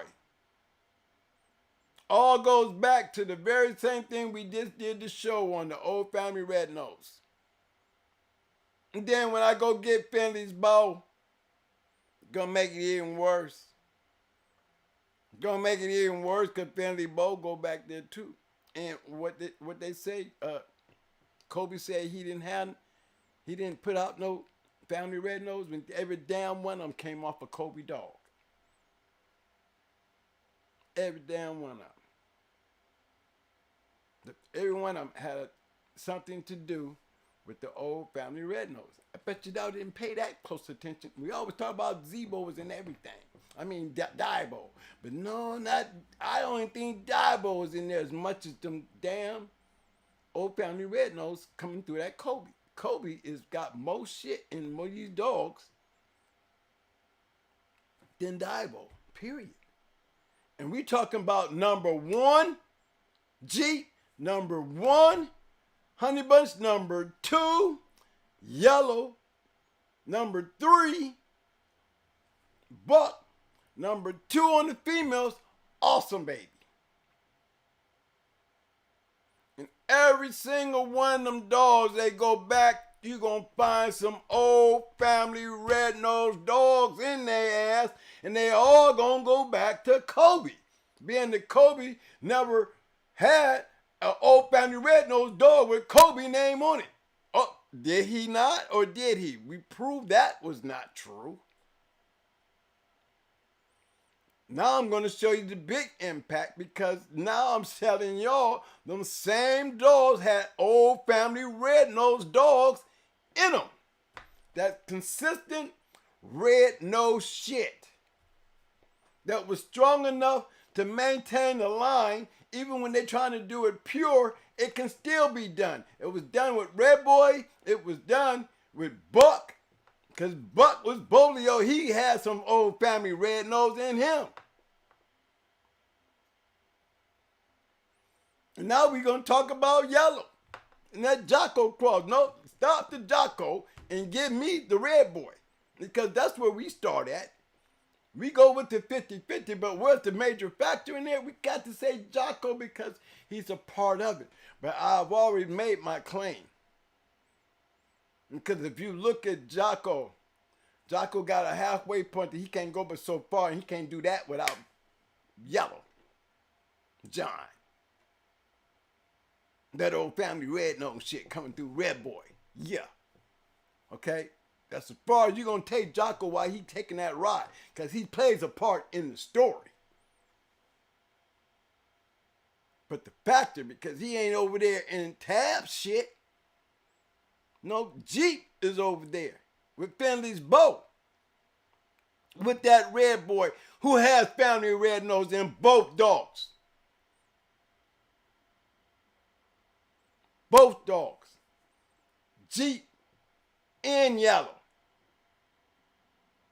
You see what I'm saying? What was they producing? There was matching dogs is what they was producing. And they was smart at what they were doing. And you cannot tell me that these guys wasn't following that pattern. I'd like to give a shout out to my man Deep South Country with the 5-piece. Appreciate the love, fam. He said, hit the like button, sharks. This show is for historical and entertainment purposes only. Appreciate the disclaimer, fam. And that was that. Thank you. And that was Macho Buck. More ROM stuff. That was 4 dogs in 3 years, all bred damn near the same way. And not one time did I throw Mayday in the equation, even though Mayday is one of those dogs. He went and bumped down. He should be number 2 on the list if you want to know the truth. In the now, but we're not in the now. But he shares the same pedigree, the same blood mixture, the same get up, the same type of producing dogs, not the same dogs, but the same lines, same blood. It all still went back to every single one of these damn dogs that I named have some old family red nose shit by way of Kobe in them. And every single one of these guys was matching these dogs. A big difference in y'all sitting back putting papers together doing some shit expecting to get something. You know what I'm saying? You want to be able to take a match dog and breed to your dog, then maybe you can produce a match dog because you got a match dog sitting on top of it. You might not match your dog. But if you breed to the right dog, you might have some match dogs. You see what I'm saying? But these guys here, these are history makers. These are history makers. And nothing in their pedigrees should be disputed. We know about Buck and his 9 different pedigrees, but, you know, in the end, this is supposed to be the right one. We know about Hollandworth Dolly and her littermate sisters running around there as Polly. Took them a minute to get her pedigree right when Polly and Dolly were littermates. And both bitches is ROM. And both bitches has got the same little tater. Grand Champion Buck. Both of them, all of them had that bolio. And all of them somehow got back there in that goddamn real family red nose shit because they just kept popping up. So hell yeah, John P. Kobe. You had some damn old family red nose coming off of that Kobe shit. Yes, you did. If you paid attention to the last show, yes, you did. And they were great dogs. And they showed up in every single one of these dogs we looking at right now. Them 4 dogs of the year, every single one of them has some old family red nose in them. By way of Red Boy and Bolio.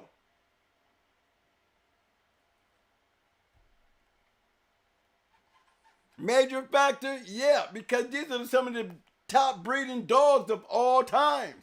One of the top breeding bloodlines of all time, including Jeep. Including Jeep. Finley's Bow's part of that. You give me some Jeep and some more Red Boy, I'm going to give you some more old family red-nosed dogs. And treat them the same way I just treated them dogs. The Patrick and the yellow stuff and the Jocko. I can go right over there and grab Jeep and Honey Bunch and go over there and grab me some Tab and show y'all the same shit of why that shit work. We go into the Eli stuff? Yes, we can go into the Eli stuff, but guess what? They knew that back then with the Eli stuff. They was doing it back then with the Eli stuff. Yes. They was doing that shit back then with Boomerang and Art Missy. Ain't that where Snooty and them come from? Why you think Snooty was so great, worked so great with Tate? The Red Boy shit. Huh? Because they all had the same thing in them. They all had the old family red-nosed dogs in them, y'all. Every single damn one of them. What was so special about those dogs? It wasn't the characteristics, that's the fact they was red. The fact was that them dogs was fighting dogs. Them dogs was fighting dogs. Maybe Lightner got rid of them because he just couldn't stand the red shit because he was never a fan of it. Maybe he underestimated it, but he couldn't really underestimate when he called the Search of Jeff match. Oh, that red shit gonna kill that black shit, even though he had both sides of the fence. He knew that red shit was gonna win. And you got that old family red nose, we finding it in 4 dogs. Dogs of the year, 4 dogs. We can relate to. 4 of them, bam. We can relate to every single one of them. Them 4, look at their pedigrees. Give me some more, bam. And this ain't got nothing to do with Mayday. Bam.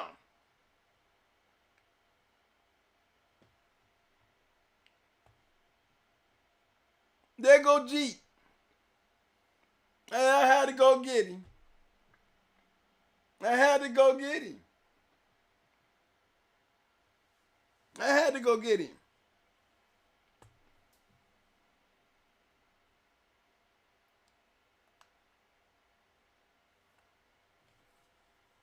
Now, we've been through this already.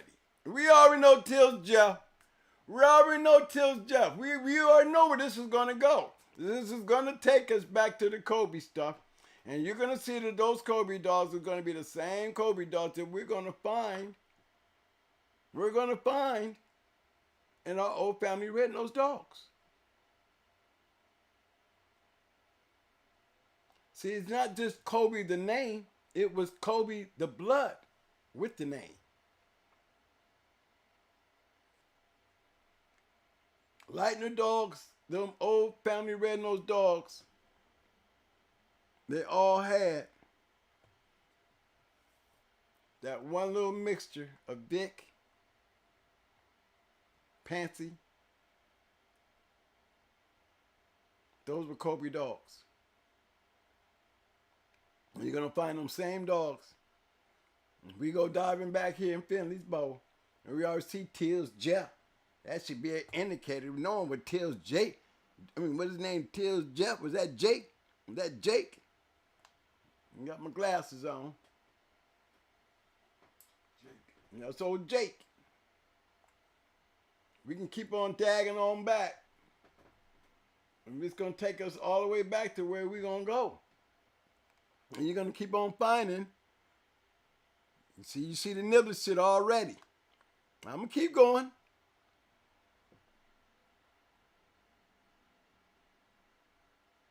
You see, red pepper is getting redder and redder as we keep hitting this button.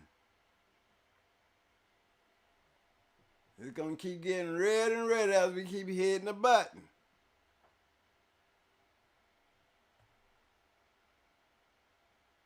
There go that McCann Saturday. You see the names already, don't you, Money? Mm-hmm. You see the names already, don't you, y'all? Who was the man that called the dogs the first family red-nosed dog? What was his name? McCoy? What was his other boy's name? Oh, Cuckaran, ain't that him? Mm-hmm. Yeah. Oh, Bo. Bo 2. Whole bunch of Bo's up in there, ain't it? Coming off a Bo. Family red nose.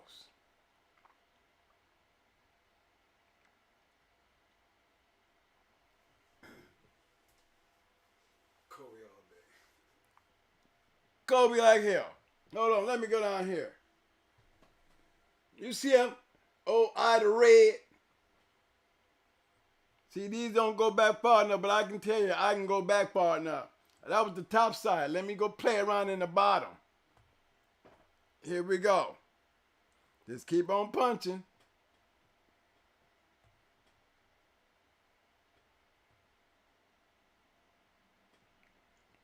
Keep on punching. Y'all just, they go rifle. Y'all remember rifle, don't y'all? Oh, rifle? Y'all don't remember rifle?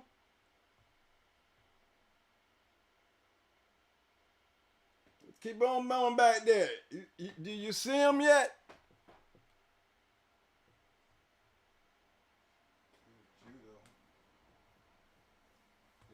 Look at all that heavy bread rifle.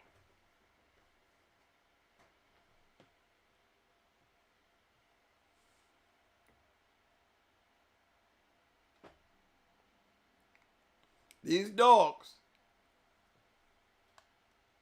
Blind Jack, all these dogs right here is going to take us back. So you're going to find that these same dogs back in here, we're going to see in the old family red-nosed dogs. And you know, remember he said he didn't do that. That's how far back this shit goes. A lot of those old lightning dogs started off. They started off Kobe dogs. It was just some other shit that was added to them. But we say that, when we say that about Finley's Boat, but yeah, we say that like, you know, this is not like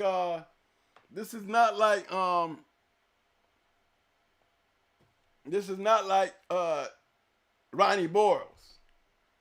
You know, we using the kennel name and not the dogs. No, we're talking about the dogs.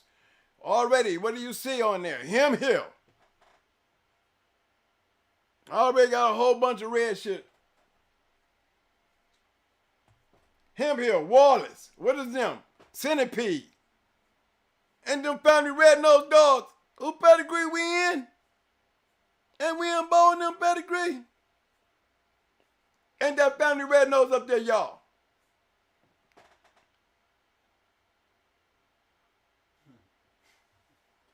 Stop it! Stop it!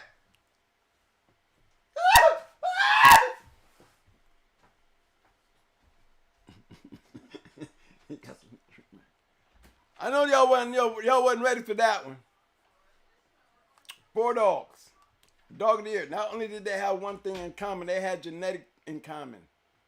They all had a thing in common that all made them great dogs. And you want to know the truth, every one of them great dogs came from dogs of the 90s. Every one of them came from dogs of the 90s. Every one of them. Okay? That's how bad the 90s was. Now I can do the same thing. Maybe Jeep stand alone up there, him and Honey Bunch, because then nobody knocked them down. But you know, Yellow ended up moving his daddy Yellow John down.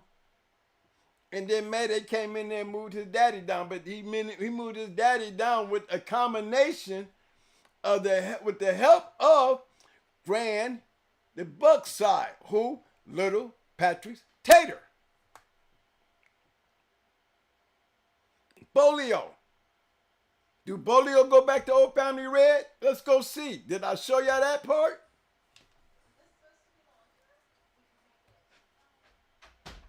Do we need to go find Bolio?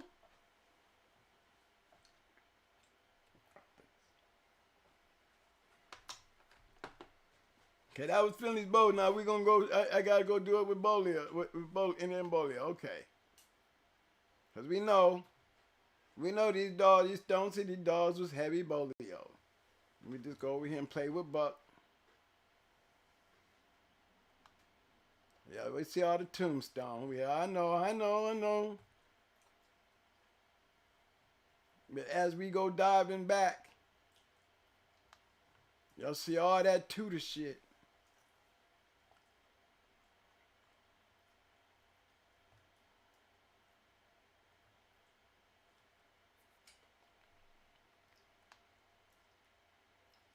Already we hitting lightning. We hitting lightning on Wallace already. We hitting lightning on Wallace already. Where we at? We on Bolio. I said every single one of them had some Old Family Red Nose in them.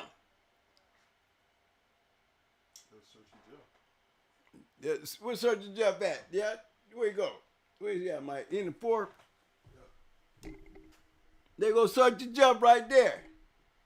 And you know when we see that Wallace, Hemphill, Lightner, and do I need to say more? Or do y'all want me to go back there and go find Kobe? Let me go down there and hit on, let's go find Kobe. All this Lightner stuff.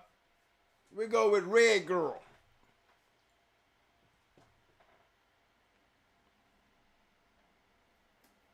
Hemphill, Sergeant Jeff. There go Red Booger. There go Madam Queen. There goes Centipede. You know what's gonna take me there.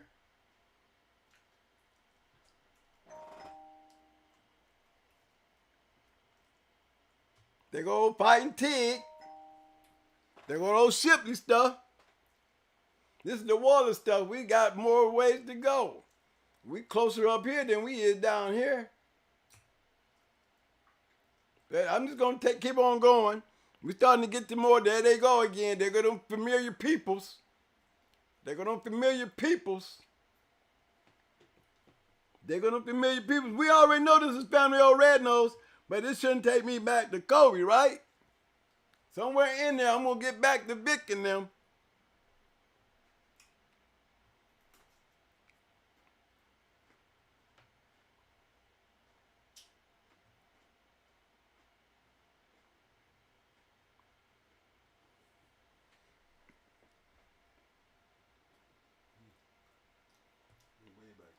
Yeah, man, you gotta go way back. These family houses, you remember, we way back here with the gas house dog.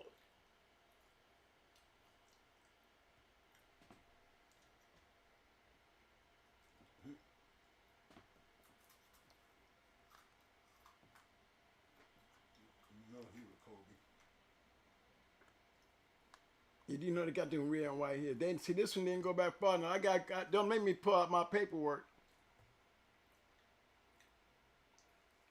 I can get us back there a whole lot quicker. But yeah, but these are, you see these are, some of those are imports. See, we way back here.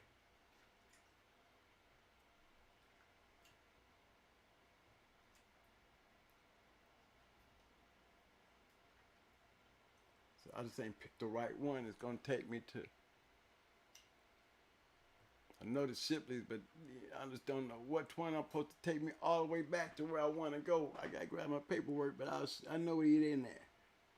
These are gonna take us all the way back. Harvey's Red Double.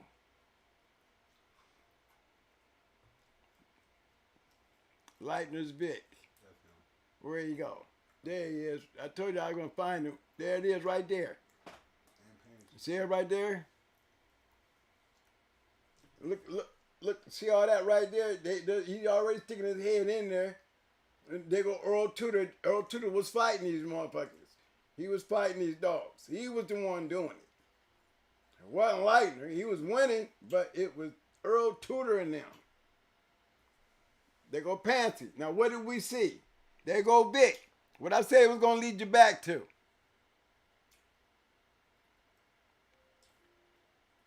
Ain't this what we just talked about the other show?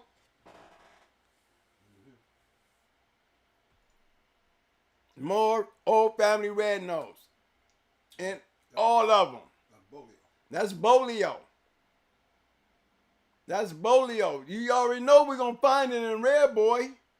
We done already came to the conclusion our last show that Red Boy was an Old Family Red Nose dog. He had Old Family Red Nose dog in him. I just wanted to show you he wasn't the only one. You see, when James Pope taught me how to read papers, he made me one of the deadliest guys alive, because what he taught me was to read what I had. Because what I had, he already had. He had Sisu, he had Ratchet, he had Joe Red, he had all these dogs. All these dogs was North Carolina dogs anyway. So by me handing the paper with a dog like Judo in his pedigree, Judo coming off of Molly B, and an inbreed Molly B Snooty cross, it wasn't hard for him to get me to understand the makeup of what these dudes was doing. It takes match dogs to do it.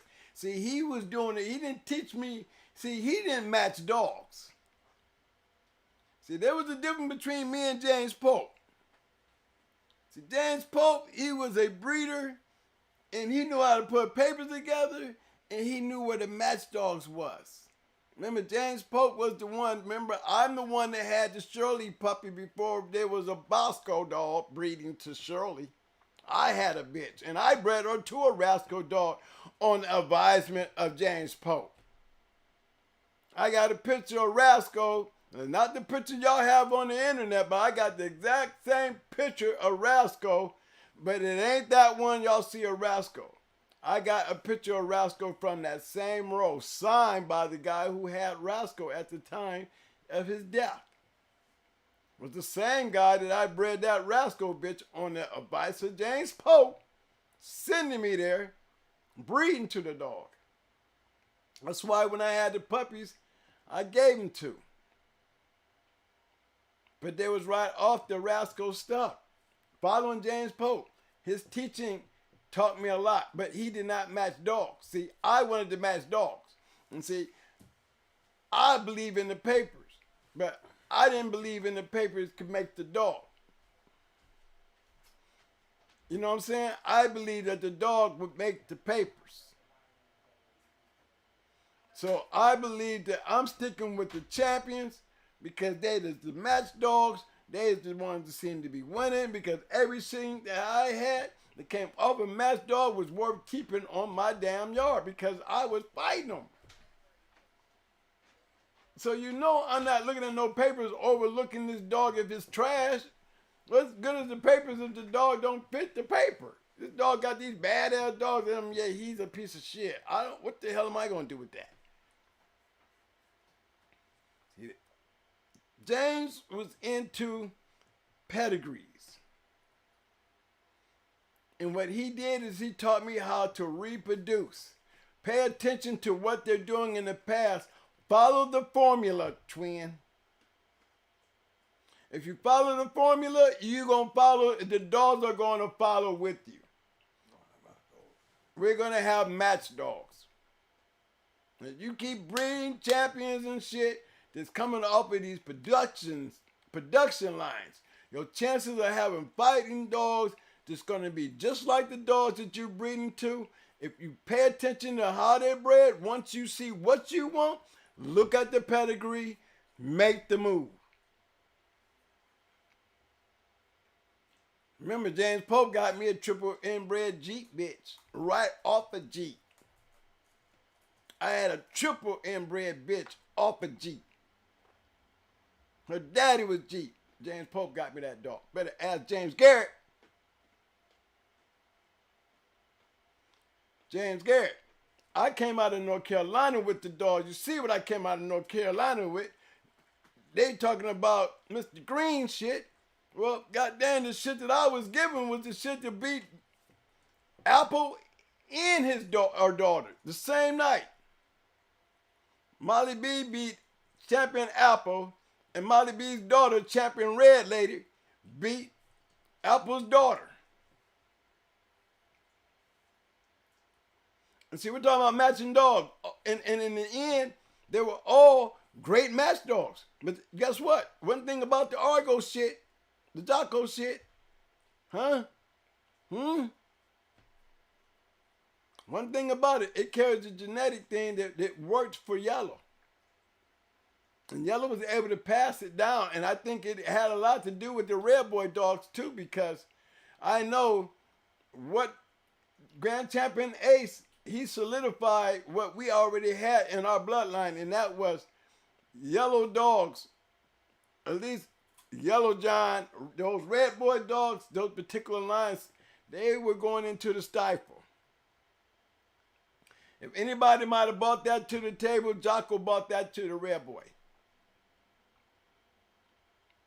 Because I know that I had a stifle dog when I bred the Grand Champion Ace because he was a stifle dog. But between my stifle shit crossing back into that stifle shit,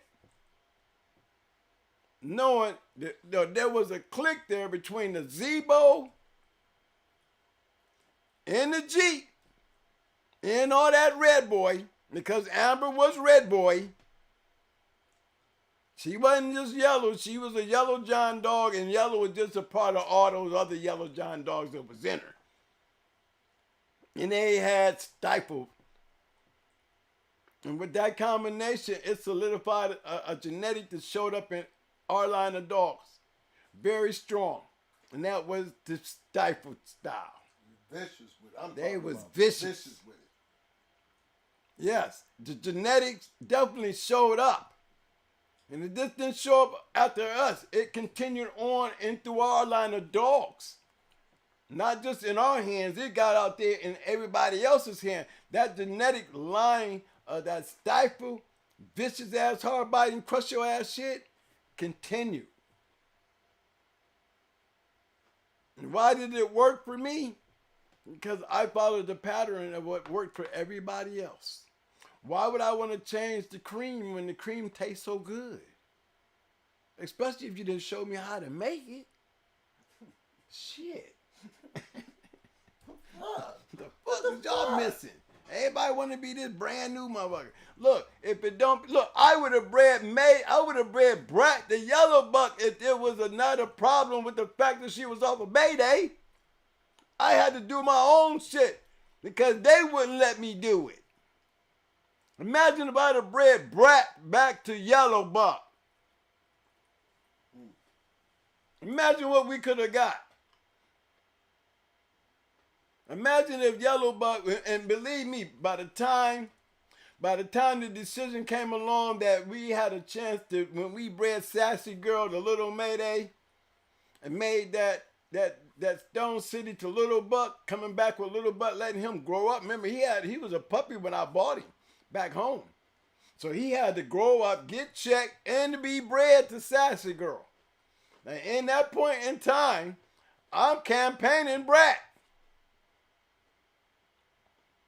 By the time he's breeding to Little Mayday, by the time Little Buck is breeding to Sassy, Little Mayday's daughter, I could have got Yellow Buck off with Brat.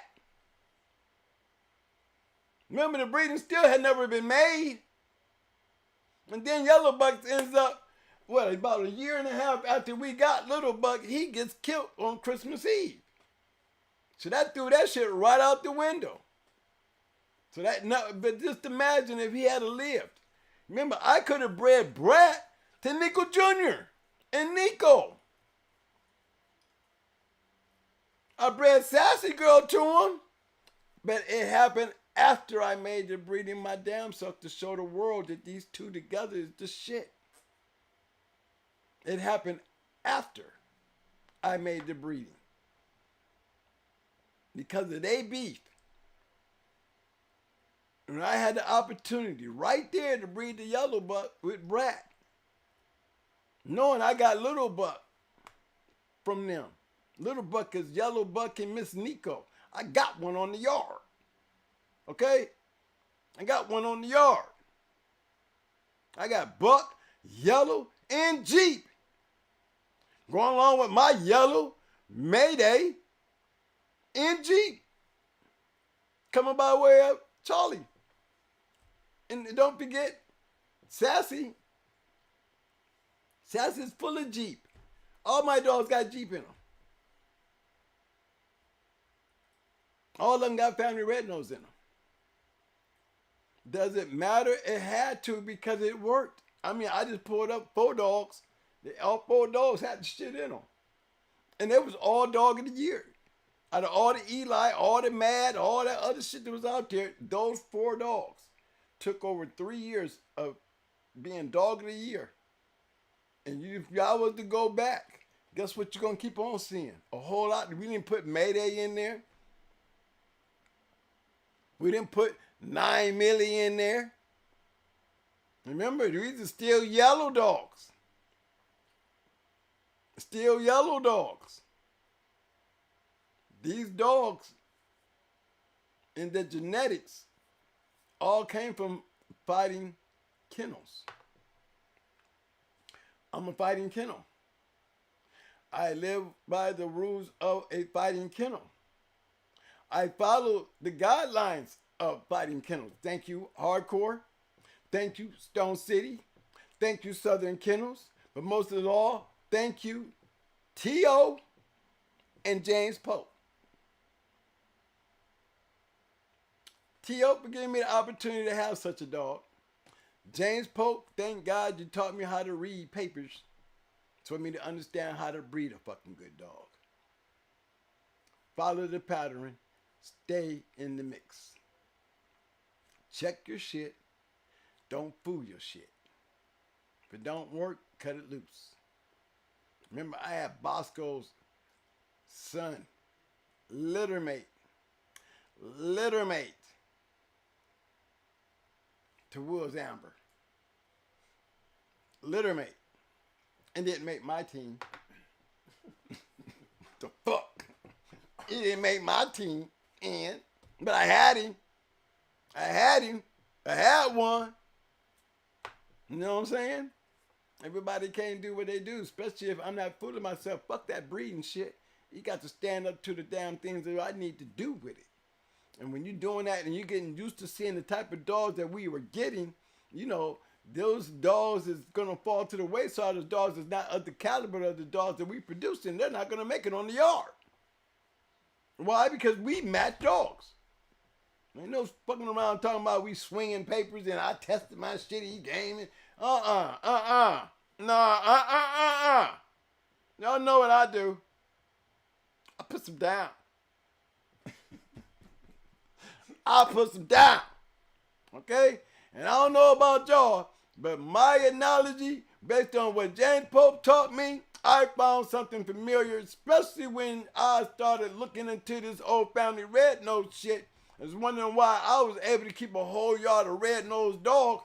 I can tell you how I was able to keep a whole bunch of red-nosed dogs on the yard, because most of them damn dogs have family red nose from the top to the goddamn bottom. Didn't have no black shit. Didn't have no black shit running through our yard. None.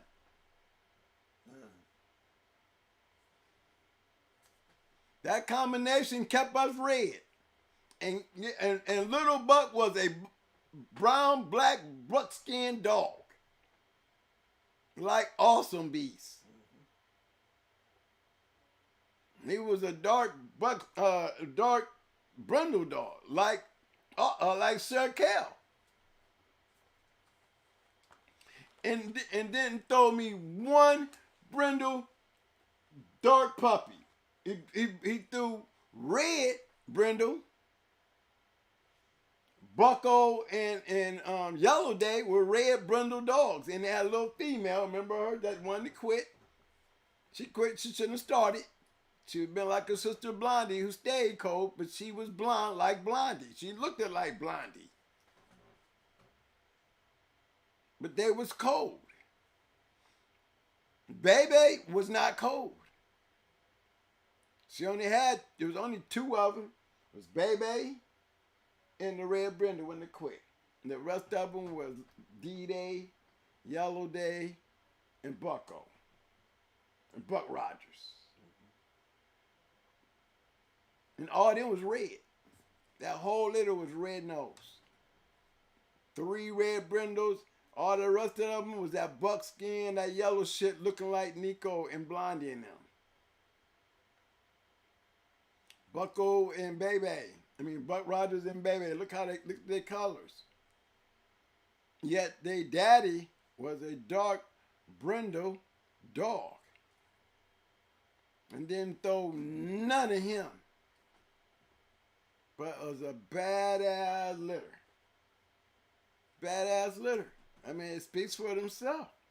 Same with Mayday. You know, if it don't be for Amber having something to come to the table, Mayday just didn't complete my task. I bought some shit that went with Mayday. You know, that's what I look at. And then by breeding Brat back into Mayday to produce Maytooth, I'm doing no more than what all great breeders do, inbreed. I'm going to do what everybody else did. I saw James Pope do it. I saw James Powell do it. Cheryl Powell do it. You know what I'm saying? I've seen them all do it. They said when you want to lock it in, twin, when you got the right bitch, lock it in. What better way to lock it in with a dog that Mayday was nothing but a champion when I bred to Red Ace. When I bred Mayday to Red Ace, remember we were taking Amber to breed the yellow Angels Apache. Y'all know the pedigree. You put Amber up there with Angels Apache, we was getting ready to make a great breeding. But Lord knows, when I saw Mayday, hey, don't know nothing about the Patrick shit, but guess what? Guess what? By the time I got done matching Red Ace, and the Mayday puppies was already on the ground, and remember I got to Puerto Rico by going in the Grand Champion Tommy Boy by connecting with Stone City. Now, how did I get in touch with Stone City? Why did I get in touch with Stone City? Because I was looking to find a way to Puerto Rico to get that damn 4-time winner. And while I was talking to them, I was looking at their pedigrees. I know it already bred to Mayday. I'm just looking for the bitch to put the bitch that I bred to Mayday. I'm looking to put on Tommy Boy. But I already done bred to Mayday. Why did I breed to Mayday? Because when I was up there trying to breed Amber to Angels Apache, I see this motherfucker. And he a bad boy. He a monster. Oh, Angels Apache ain't doing what he doing. Kiss my, hey man, kiss my ass on that one, boy. I didn't see Angels Apache doing nothing like what I saw. No, I'm gonna breed Red Ace to him. Amber didn't take, well, guess what? I'm taking this red badass bitch to him. Champion Mayday at the time. Champion Mayday. By the time he came back around, he was grand champion and I was breeding champion of Brat. His first champion and his first bitch to make it back to him to back up on his ass. Why am I ahead of the game? Because of James Pope. Because of James Pope and the fact that I had some real bulldogs playing with. There was no faking in that shit. There was no pretending in that shit. We was putting that shit down, and that shit was passing the test, putting us out there, and because of the way James Pope taught me how to breed, I was breeding. I wasn't buying shit. No. Everything was going down in-house. And did it work? Hell yeah, it worked. No, do I have a right to brag about being the first Mayday Stone City cross breeding? Hell yeah. Especially when it became legendary. I broke the damn egg that was boiled. Okay? It was boiled. Wasn't no cracking and no yolk coming out of that shit. I turned that shit to yolk and crack the egg and make it happen. They couldn't deny that cross once they saw those dogs. No, you look at my dogs before it was ever done, and then you look at them Stone City dogs, and guess what? They look like my shit. Not only did they look at it, they had a great idea what to expect based on what I did. And that's no lie. I'm not gonna shy away from something I done, and just because y'all don't want me to have that proper pup, being the first to breed the Mayday, being the first champion off of Mayday, that's bad enough. But then the nigga turned around there and turned around and made the goddamn Stone City Mayday cross that went legendary. He the first one to do that too. Why? James Pope. Because once I got the dog, then the paper started meaning something to me, and I know how to pick them up and read them. I saw a badass dog up there named Mayday. How's he bred? Oh, well, guess what? He's off of yellow. I'm breeding him. I'm taking that Yellow John stuff, because that's what I used to call yellow dogs. Yellow John. Why do I keep calling him Yellow John? Because Yellow John was the key factor. Yellow John crossed with Jocko is what produced yellow. Amber had yellow in her. But she had Yellow John more than she had yellow. Wasn't no inbred yellow. It was inbred Yellow John. With that little 8, like y'all seen in them other ones, that little 8 of Jocko at the bottom, which was double bred and triple bred. Jocko bred the Chris's Pit. Yeah, that's in Amber. Let me pull her up. I don't want y'all to be misguided in my words, so y'all can understand. And I'm going to keep on saying, I don't want to hear this, but we just got done talking about we just got done talking about that old family red nose shit. We did. And I ain't heard nobody out there put that piece of puzzle together between those great dogs. Nobody.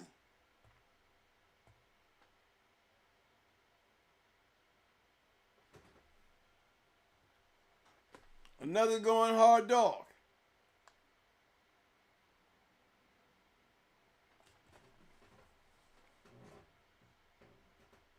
Y'all see how that shit is bred?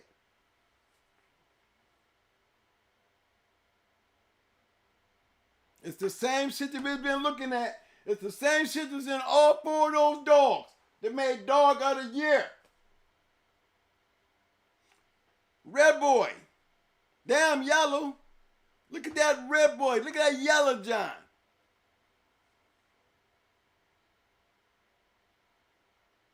Got all the right dogs. Every single one. Look, that shit is you're going to find that shit in Barracuda.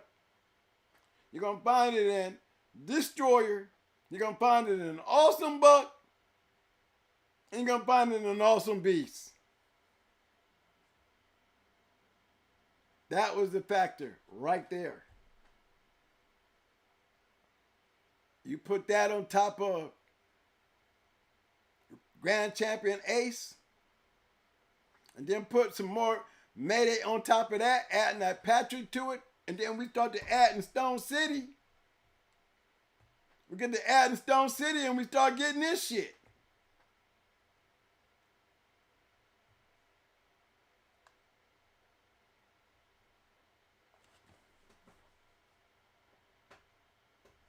That's what it looked like. What did it produce? The same shit like Macho Buck and Tim? What the hell? Yeah, that's the first one right there, y'all. Yeah, that's the first one right there. Mayday ain't even up close. But the way that shit is bred with all that damn yellow in it, you get all that yellow in those dogs. Don't forget old Apache. Apache full of yellow. She added more Jeep to the shit. She added some buck to the shit. She added all the shit that we was using anyway. Anyway. That James Pope shit. Shit. The James Stop Pope it, Mo. shit. That's it, Mo. That's it. That's enough. That's enough.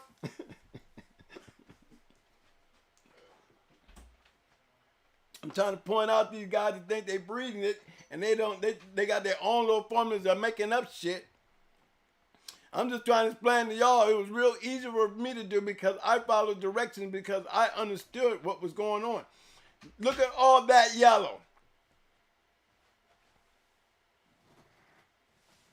And like I said, you was to go and start looking at, you see Buck, Scooter, Nasty. Hold on, let me show you. Look at all that right there. We were just talking about that shit. We were talking about that shit. Here we go again. Look at that. We know what that go back to. Old Family Red Nose. Y'all see all that? Y'all see it.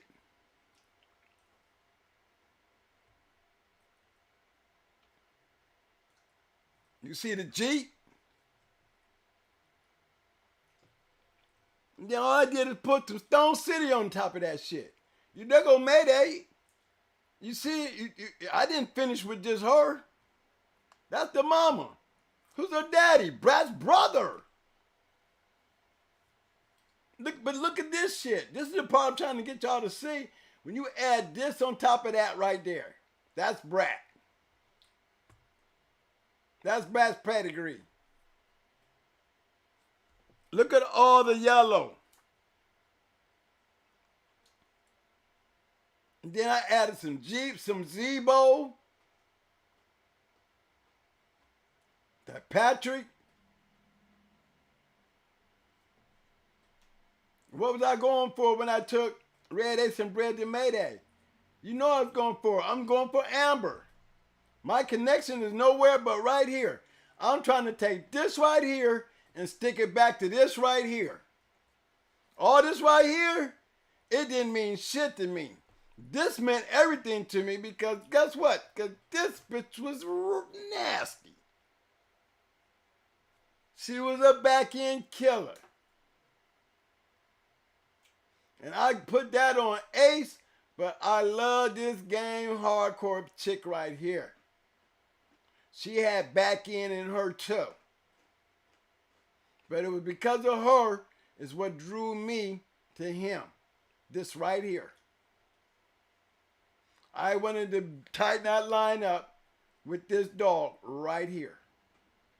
Didn't really have much to do with Mayday. Mayday did everything to it because I saw him go. And when I saw him go, I put everything. And I'm sitting there looking at Dolly. Now look, when I saw Mayday, I saw Dolly. And I saw Dragon Lady. All these dogs was on Angel's Yard at one time. And we wasn't in Miami. So when I heard that this dog right here was off the yellow, there's my chance to get back over here. We already got yellow over here anyway, y'all. We got yellow already over here. There you go, right there.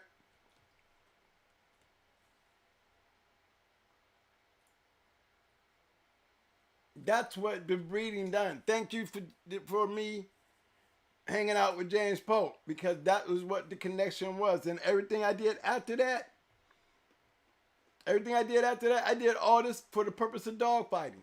I took this bitch over to Puerto Rico to go into Grand Champion Tommy Boy because I matched dogs. I didn't make this breeding right here. My boy didn't make this breeding right here for this dog to be bred because she was bred good. No. Thank God I bred her before I took her to Puerto Rico and lost with her. Because before I did that, I bred a bad bitch to Mayday. I'm going to tell you, that's what my mindset was because she was that bitch. That's what I did. And I got Little Mayday and Brat. His only litter.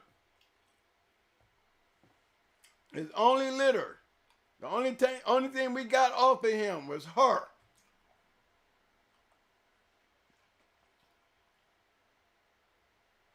She had a brother named Menace. Go over there and check Gameville on them. Look at they great dogs that they got over there. Guess who they gonna see in there? Her brother. Her brother.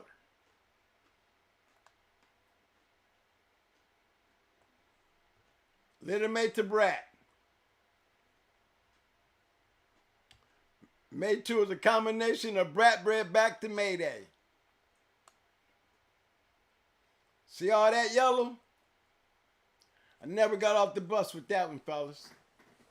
I knew what I was doing when I bred that yellow Apache. I knew what I was doing when I got that bitch. I wanted that bitch. I went and got that bitch. It took me a minute to get her, but I got her. And when I got her, I did the exact same thing again.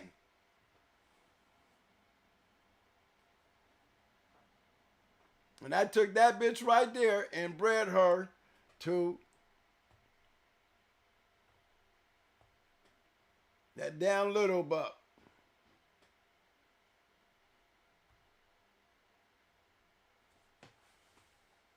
Same shit that we was just looking at, them dog of the years. Ain't that the same thing?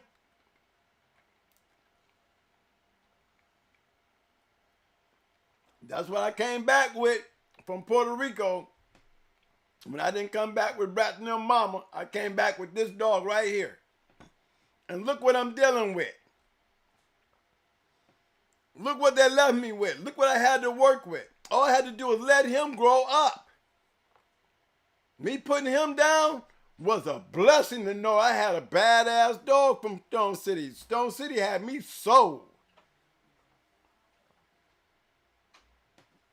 You know what I'm saying? Stone City had me sold. Had all the right shit, even had my Jeep in there.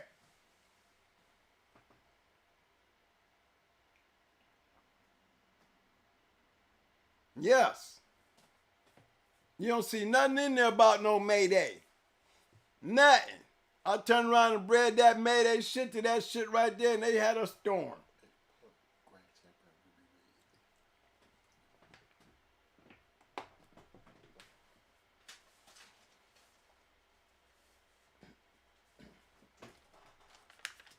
Yeah. You know, one of Macho Bucks, dang, I got my camera here. I want to put it up. I'll put it up after I put it up, though. Okay? But here you go. I'm going to show y'all something else, though, while I'm at it, though. But y'all see what I'm saying? It was thanks to James Pope that showed me the importance of breeding. But see, James Pope didn't match dogs. See, what James Pope taught me? Because, see, I was breeding the match dogs. I was damn all that other shit. I know one thing. When you taught me how to read papers, I noticed that judo and them came off of match dogs. Blood in them came off of match dogs.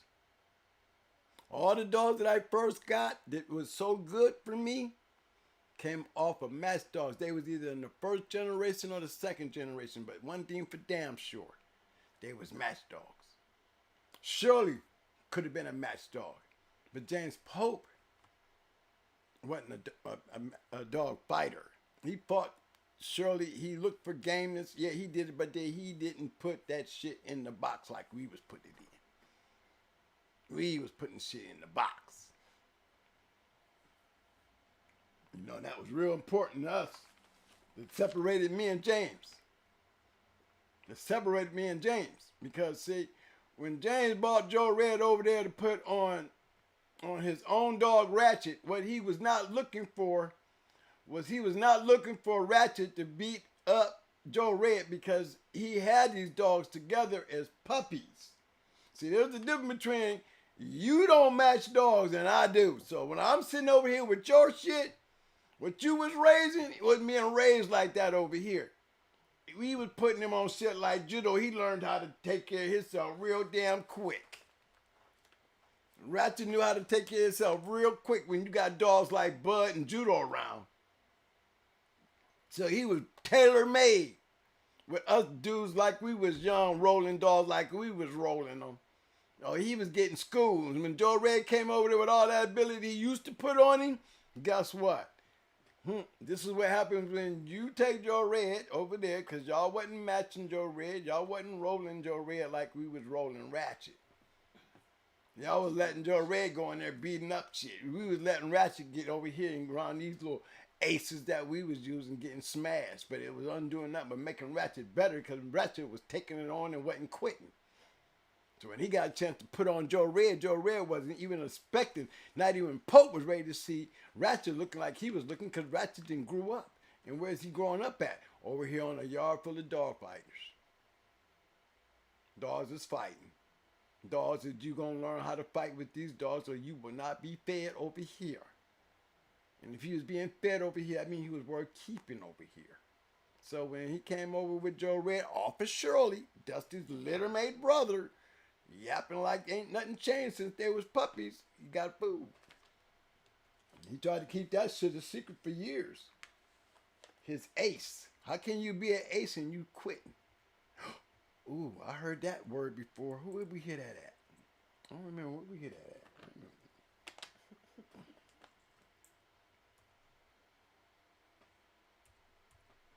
Yes, his ace quit in a row. All right. I got to bring this one up, okay? This is a point right here. All right. You see this breeding here? It's the same old breed, but you see what evolution did right here, right? Let me tell you what happened here. You see them boys right there?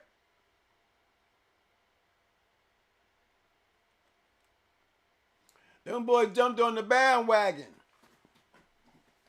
Them boys right there jumped on the bandwagon because Macho Buck beat them their first time out. Macho Buck's first match was into these boys.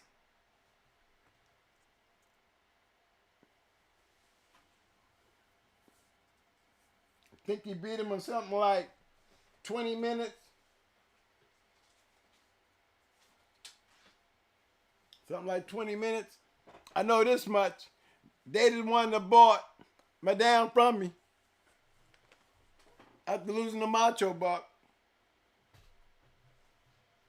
Uh-huh. And what they do, they took their shit and took it right on over there. You don't see Macho Buck nowhere on that motherfucker. But he still took that shit right over there and bred to some shit bred just like Macho Buck in them. You see Sarah Kell, littermate the little buck. Same shit, kill you seen them all yard. Same Sarah Kell, you see that auto sassy. That's the same shit that y'all seen over there in that tent bruiser bitch we got over there.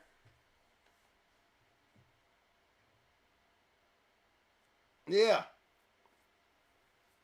Now them boys was thinking in the paint. They the ones that bought my damn from me off of Baby and Brat. I mean off of Brat and Maytu. See what they produced. This is that's what they produced right there. Yeah, again, you grab that Mayday shit and you cross it in. I ain't the only one that knew the secret to that shit. I found out the secret before everybody else. But once everybody else caught on, what are they doing? They doing the same thing Twin was doing. Go over there and look at limited edition shit. Limited edition gonna have dogs bred just like this. Yeah, Black Ice.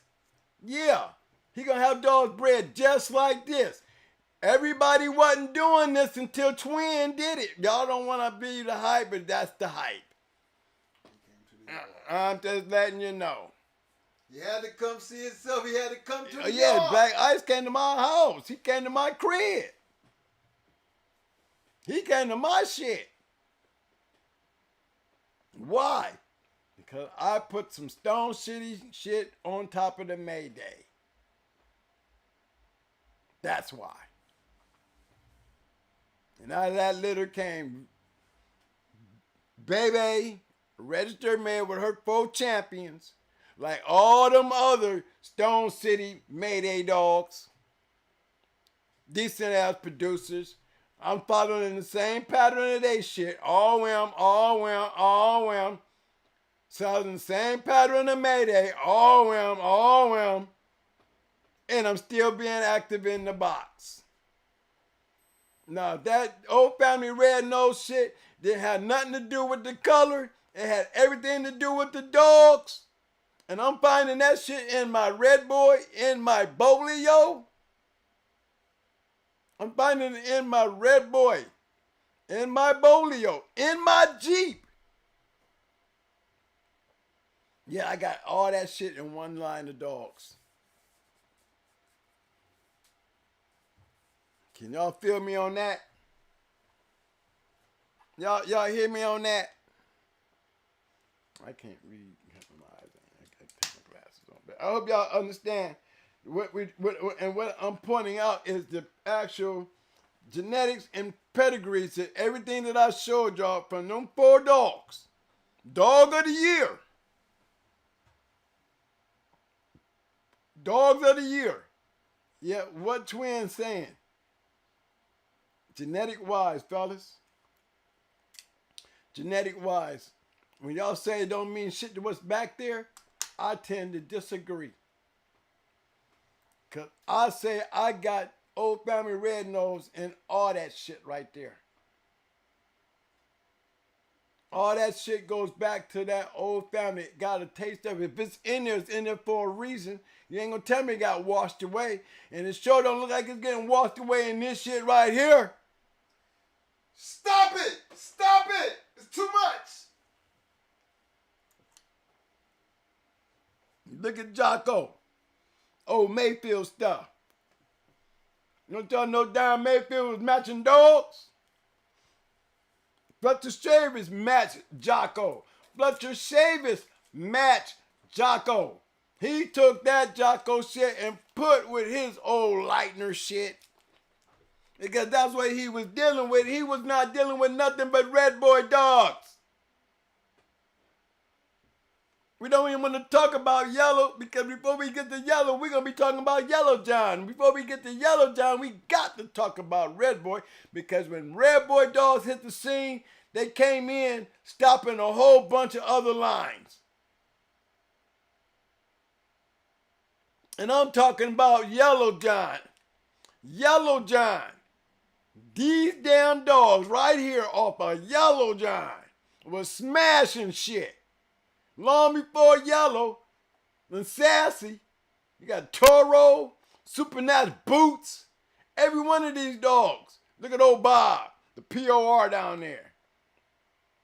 STP's Grand Champion John Boy, Grand Champion JR. These dogs. Champion Rocco.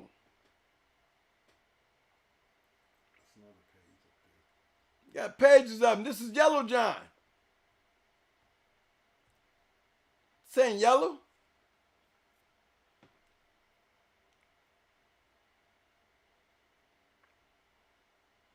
You know what I'm saying?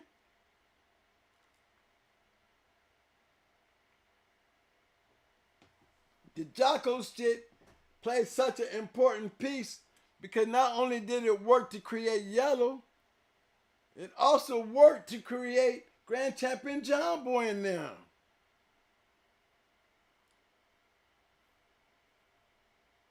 Don't they all just look alike? You see what they're looking like?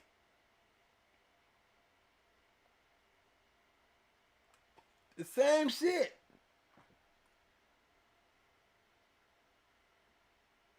The same shit to create a yellow.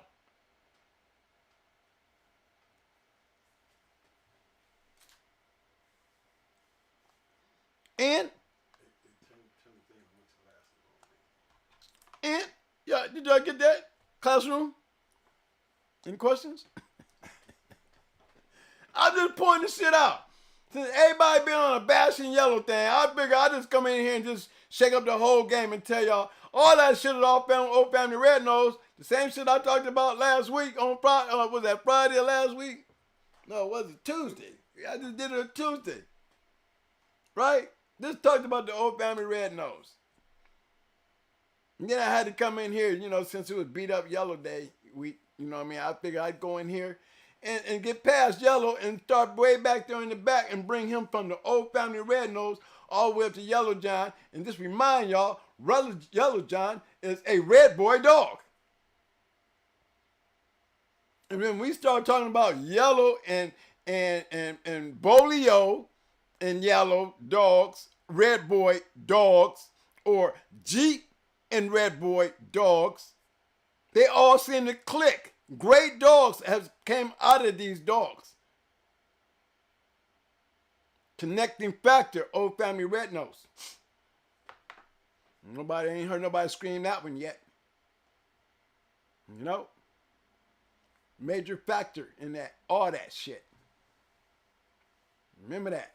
Go look for yourself. Combinations that worked. You know how we know it worked? Because they was doing it back then. Follow the line that's on its way up, and let's see what they was doing. How did Grand Champion Buck this thing get put together like on a fly? He was mechanically put together. The Buck dogs that created the Untouchables dogs, the Undertaker dogs, the Rat Lip dogs. Same cake, same makeup. Same makeup, a little bit more bolio, a little bit more yellow, and then a little touch of goddamn Jocko. Same with termite. You understand what I'm saying? What was the carrying factor? Was it really Jocko? Was it really the Mayfield shit? He has a major factor in it, like Grand Champion Ace had a major factor in breeding New Amber. He was a contributing factor, but was he the major factor? Hell no. Oh, I'd have been breeding on the A side instead of breeding over there to the Mayday side. Why Mayday? Because he was off the yellow. Why did I want to breed off of yellow so bad? Because he was a son of yellow and I had Amber. And she was already type bred. I'm following the James Polk philosophy. Hold up, let's go back after. Let me go after Crockett right quick. Uh-oh, somebody said something stupid. Let's go after Crockett. He wants his question answered. Okay. Hey, Crockett, this is for you. You want your question answered. He said, if Mayday was such a super bred dog with the perfect pedigree, how come it wasn't repeated? But they did repeat it. Hold on. Wait a minute. Hold on. You don't think they repeated it? Hold on, Crockett. Let me show you some repeat. We just got done sitting here talking about these very same dogs. Look at this right here. I'm going to take you right here. What is Mayday off of? Yellow and Hollandworth. Okay? Yellow and Hollandworth. There's Red Boy and Patrick. Bolio. That's number one. That is a Mayday, right? That's Mayday, right? Okay. Now let me go take you over here to, hold on, let me find one. Let's go to Macho Buck. You want to see another Mayday? Here's another Mayday right here. I'm going to go right here, Blondie. That's Yellow Buck's little May sister. That's Grand Champion. Here, let me just make it a little better for you and just put him up here. Grand Champion Yellow Buck. Grand Champion Yellow Buck is a fucking Mayday. Backwards. Why didn't they repeat what? If you know your dogs, then will you tell me what that is? Explain to me what that is. What's his name? Crockett? Yeah. Crockett, if you know your dogs, I just showed you another Mayday. You got something to say now? Explain to me why it ain't. You just did Ruby Red. I just took you over there on Ruby Red. That's a whole nother Mayday.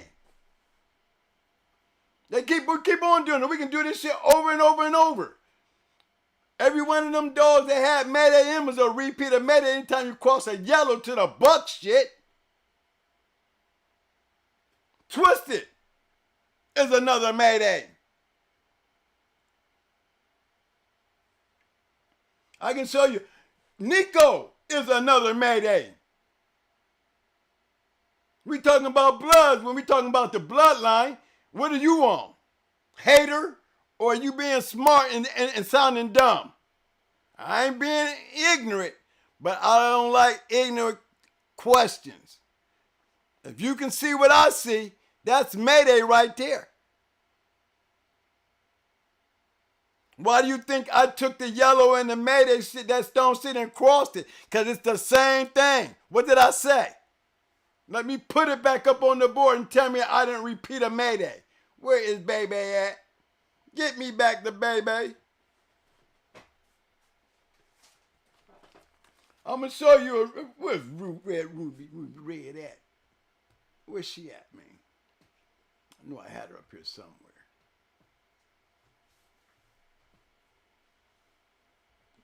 Just to make sure, yellow. What's the common factor? Little Tater. How many times you see Little Tater in this pedigree? How many times you see Little Tater in this pedigree? This Mayday's pedigree off of yellow. Now let's go back to here, the goddamn yellow buck again. How many times do you see Little Tater in this pedigree? How many times you gonna see Bolio in this pedigree? And there go yellow right here. That is Mayday.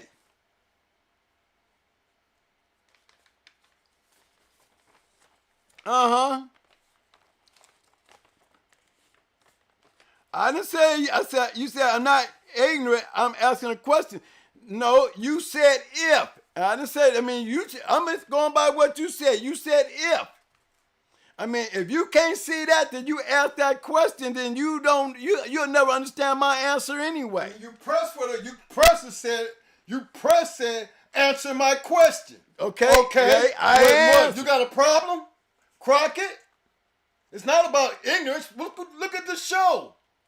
It's almost like you've been watching the same show everybody else have all night, but yet you want me to sit there and answer a question that he had to go back and tell you, class, let me answer this for Crockett. That's why I picked you, Crockett, because you pressed to get a question answered that has been, the whole damn show been about the same damn thing. Now, I'm not going to call you ignorant, but you tell me what to call you.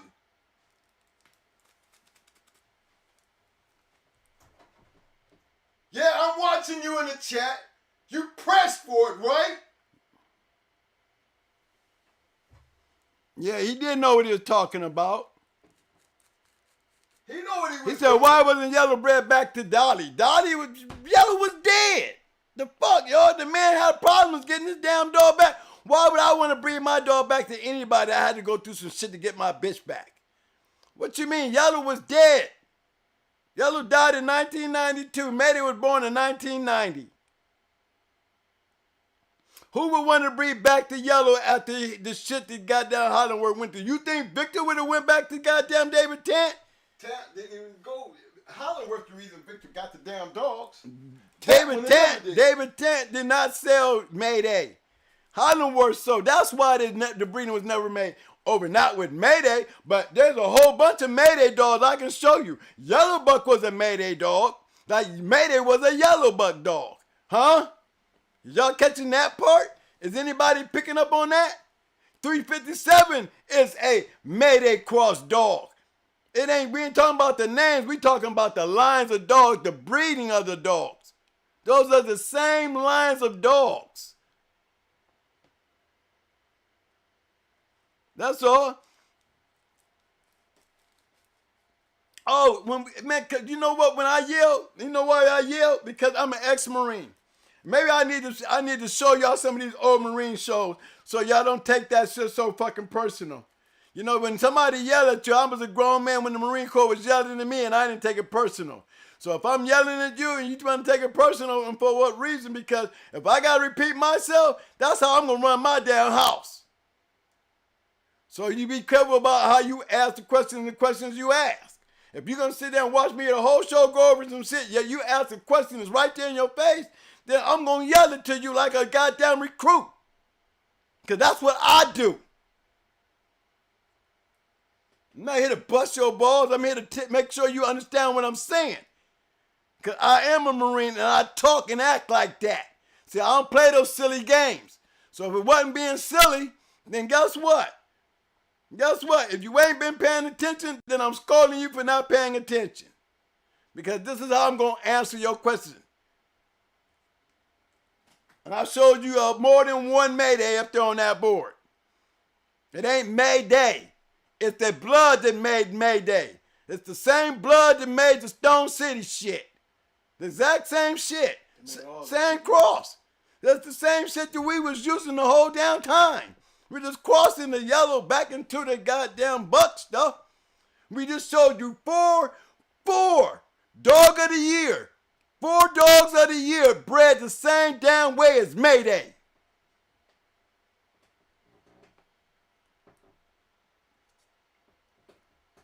How can y'all miss that? You started saying Mayday instead of the blood. If you was paying attention to the blood, you would have never said Mayday name. Why didn't they ever repeat the Mayday breeding? Why? We did it anyway. Shit. Did anybody repeat my breeding when I bred my Stone City shit to Little Buck? When I bred my Mayday stuff to Stone City shit, the first one and the only one to do it at that time, the only one. Why can't somebody say, well, Twin, you the only one say that? You the only one that did the shit. No, I'm not, am I? All they did a remake of what I did to create Baby. It's like we creating Mayday again. It's like creating Yellow Buck again. And what I did, they all took up with that shit. Look at the dogs. Look at the dogs that we just got done. Four dog of the years in 3 years, and all are bred like Mayday. And ain't none of them Mayday. Only one of them had Mayday in them, but they all bred like Mayday. They all bred like the Brat. They all bred like Twisted. They all bred like Nico. They all bred like Red Ruby. They all bred like Baby. All these dogs are bred the same way, fellas. That's the whole point of the damn show. You don't have to have Mayday sticker on it. It just has to take the cross that created it. And that's what made the difference. It ain't got nothing to do with Mayday. It was the blood. Same reason I'm telling y'all about the old family red nose shit in the dogs. Why am I discussing the old family red nose in these dogs? It's so far back. Why we still dealing with all this red shit on our yard? Where it's not really supposed to matter no more. Where this back stifle shit's not supposed to be bred out. Everything has everything to do with genetics, not the name. The genetics. And the point that you putting these dogs down, remember, we are still talking about dog fighting kennels. Dog fighting kennels. There ain't no peddling going on here. We're fighting dogs. Right? Ain't got nothing to do with nobody breeding shit. It got everything to do with what we're producing with the shit. If we're breeding it and we're using it, then guess what? That's what we're looking at today, because I ain't put one dog up here that wasn't a goddamn champion or a grand champion. Not one. As a matter of fact, I put 4 damn dogs up here that was bred this damn near just alike in one way or the other, and they all led back up to old family red-nosed dogs, and they all just so happen to be bred just like Mayday, and Mayday was not on that damn list. Right? If y'all can't see the point to what I'm saying, then guess what? I guess only dog men that really fighting their dogs really know what the hell I'm talking about, because that's where we at in this room. Can't be missing no points in that, because how you gonna learn if you don't have no inkling of what we talking about? It didn't have nothing to do with the paperwork. It had everything to do with the dogs. Everything. And it just so happened that every one of these dogs was bred just alike, and every one of them was bred down there just like Mayday. That was my point. Even my shit. Even my shit. Yeah, I'm going to go off. Man, we know what we need to do. We need to put our drill instructor shit up, man. We need to do a show. You know what? I'm going to tell you what, fellas, because I'm tired of everybody whining every time I raise my damn voice up in here. Either I got some true soldiers up in here, because I don't got no room for no crybaby asses. You come in here with your slick ass mouth, and then when I talk the way I want to talk, and the way this room is being ran, your ass act like your feelings get hurt. But I am a former Marine. If you don't get that shit, then don't come in this damn room, because I'm not going to change the way I act. You know, that's what I'm on. My drill instructors didn't change shit on me because I got feelings. And I ain't gonna change my way and the way I do shit because y'all got feelings.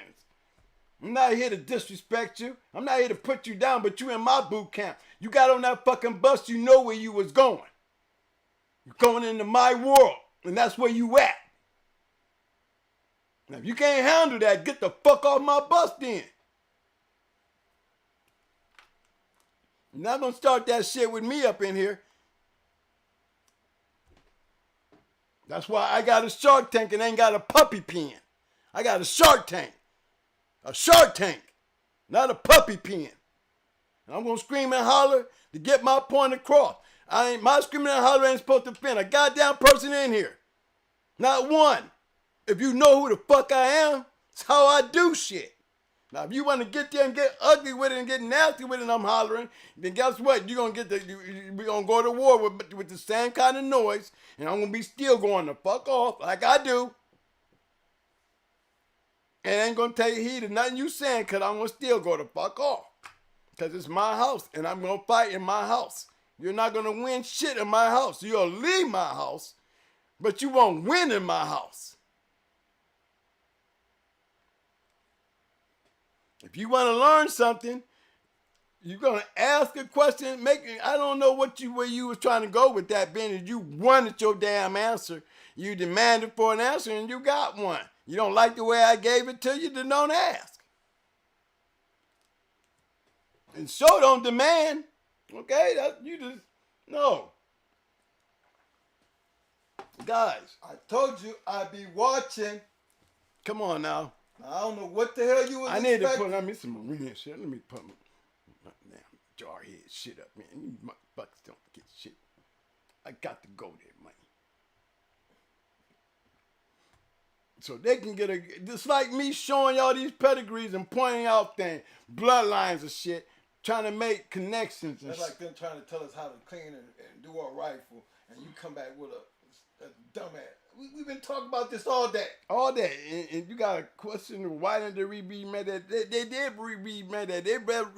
They read. I showed you the dogs then, but I didn't bring up 600. I didn't bring up Hunch. I didn't bring up Mayday. Do you know all those dogs are bred like Mayday, even coming up in Mayday? Do you know that all them Stone City dogs that they was breeding to each other, they was down there bred like Mayday? Do you know when they made those crosses together, it's like breeding 2 Maydays and 2 yellow bucks together? That's all it was. It's the same damn line. If you can't see that, if you're going to ask me about Mayday, you should ask me about yellow buck. You should ask me about Nico. You should ask me about all those dogs because they're all bred the same damn way. Every single one of them. And if it was so great, like And if it you was said, so great, why you think everybody kept doing it? Right. Why you think we was showing you the shit we was I showing just you showed today? y'all 4 dogs of the year bred like Mayday. All of them bred just alike. What was he watching? To ask and demand a fucking answer. And then you crying? Don't scream at me. Man, you got me fucked up, dog. You better not come in here with that crazy ass shit. Don't think I didn't see it. Bro's not in boot camp. I gotta tell y'all something. Yeah.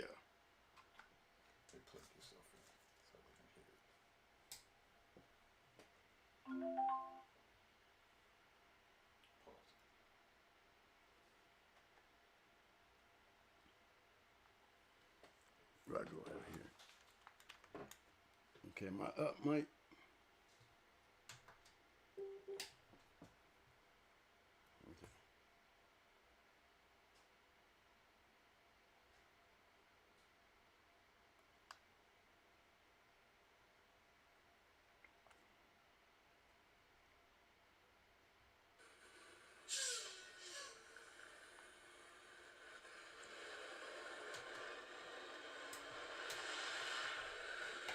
Let it work. Boy! We going to Depot, Pass Island, South Carolina, and you're just taking a first step trying to become a member of the World's Finest Fight Force, the United States Marine Corps. Use me a second. I petition attention. That means you'll use your choice. Hold on, guys. This one, Mike. You got the wrong one. That was the one with the noise. Okay.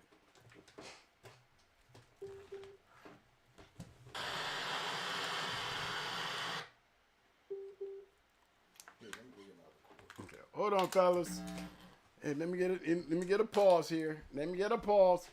I think I have to just hold on, y'all. I'm going to just I gotta take y'all on a bus ride. So, I mean, maybe I ain't done this in a while, but I sure as hell don't want you guys to come in here with that old fake old little crybaby shit. When y'all know we got a Shark Tank, y'all got two goddamn dudes in here. One, we old as hell. We tell y'all we Marines. We tell y'all all this shit. We show you our personalities. You know what I'm saying? So for guys that can't come in this room and enjoy that and think that you don't come in here with that crybaby shit, man, and with this smart ass mouth thinking y'all gonna get that shit off on us, don't be surprised when you get what you got. And don't feel like you done got respected when you the one that forgot what fucking room you was in. I'm gonna be who I wanna be. I don't care how you feel about it. You know, and it ain't being personal. This is just me being me. This is how we do shit. That's the fun thing about it. You can take my personality and enjoy it. Don't come with no fuck shit, or you won't like what's being said if you ain't ready to deal with this type of guy.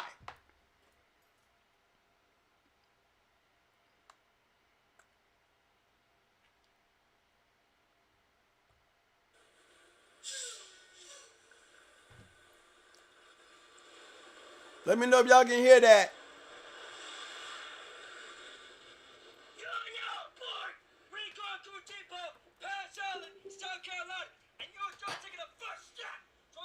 Let me get that one out of my car.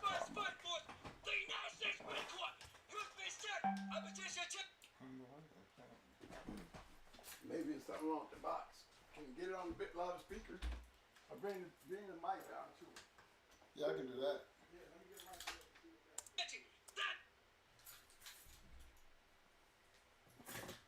I don't think it's the cord, man.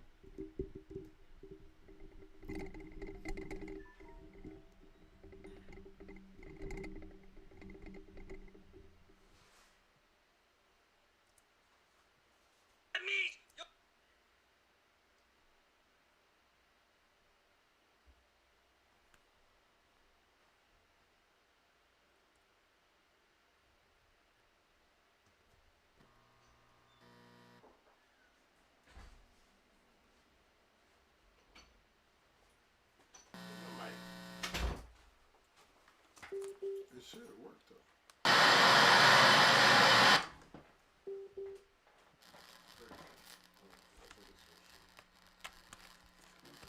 My radio? Hit play. Yo, touch it! Oh, no, Feet nice. at a 45-degree angle on your mouth shut! I say again, your mouth is shut! Yes, sir! If your shirt is untucked, you're gonna tuck it in your pants. If your buttons are unbuttoned, you're gonna button your buttons all the way to the top. If your sleeves are rolled all the way up, you're gonna unroll them and you're gonna cut from head to toe. Scream out, shirt! Scream out, shirt!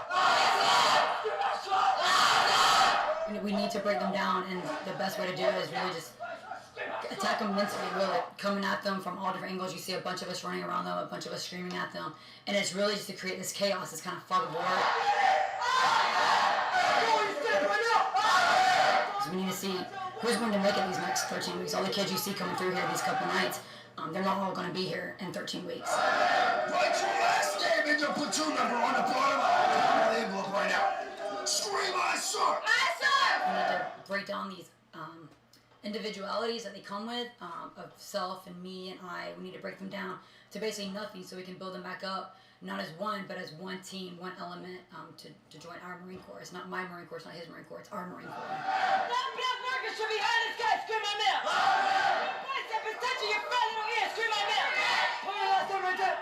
Scream my mouth! Anything that is in your pockets will go into that blue bag, scream my mouth! It's that fog of war effect that we want to create with now, of just so much going on around them to see how they're going to function underneath that stress. Some of them have lived some lives where they've had no stress. You know, they kind of come from that background where everything was given to them.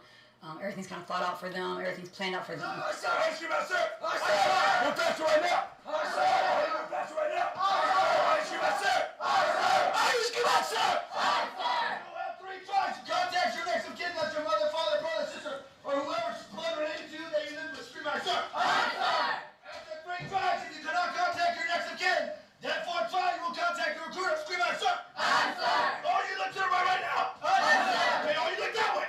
All you look at me. Open up that front hatch and that forward. This is recruit one shot from outside plate curbside. Scream it out at me in the middle. Scream it louder. No, you're for escort. Oh, wait, sorry.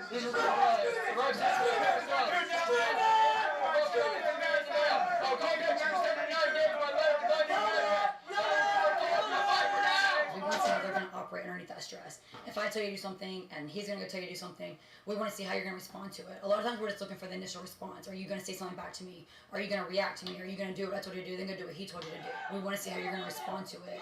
If you're just going to freeze during headlights.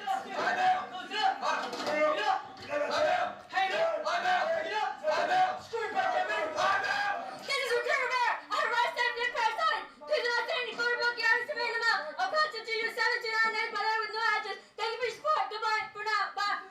Nobody said, but stop! Nobody said, put your finger in there when you make a phone call! Nobody said, don't do it! Madam, it is not ringing. Try to call your recruiter! God, hang it up and try to the floor! Get to this floor! To the floor!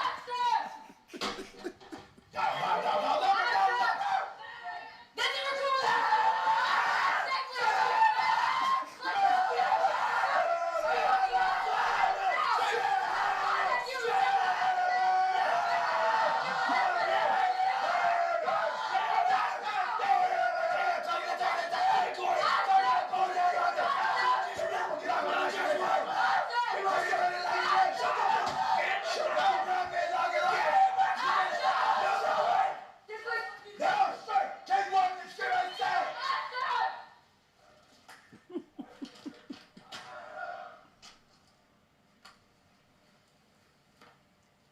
What is this? Is this like an address book? What is this? Is this like something personal? Yes, ma'am.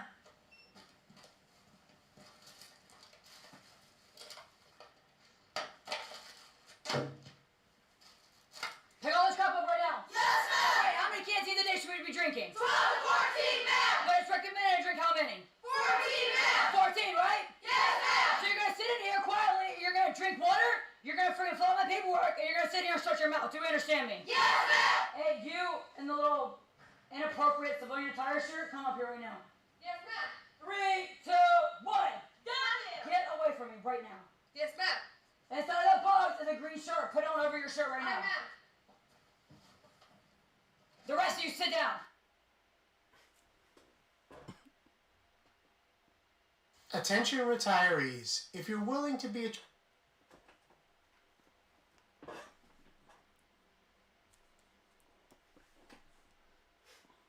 You want to know why we scream? You know?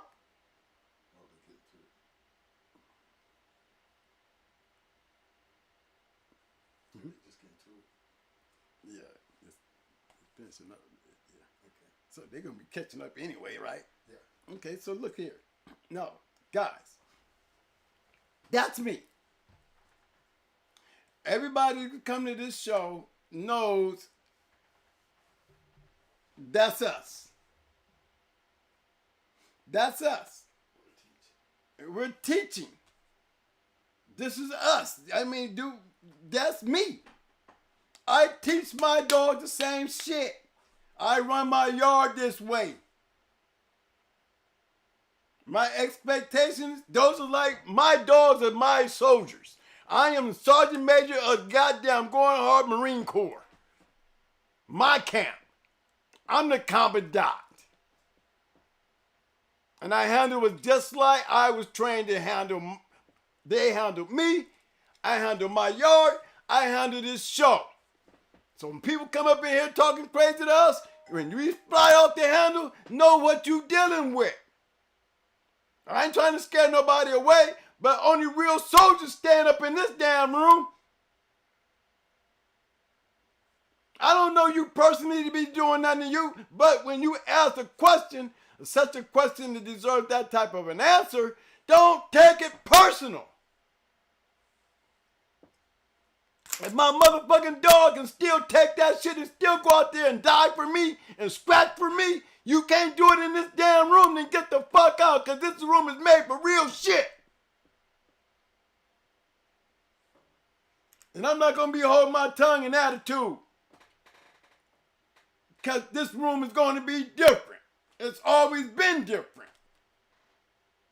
That's why we got a Shark Tank and not a puppy pen. That's why we tell people, don't come up in here unless you're ready to deal with some shit if you start some shit. Because I'm real about my shit. I'm real about it all the way down to the we don't have to be on no motherfucking screen to do this. I'm like this when I'm out in the goddamn street. Been like this. And trained the many men on the block like this.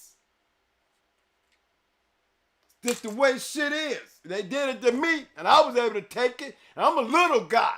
I made it through it. I didn't go whining and crying home to mommy every time they screamed at me.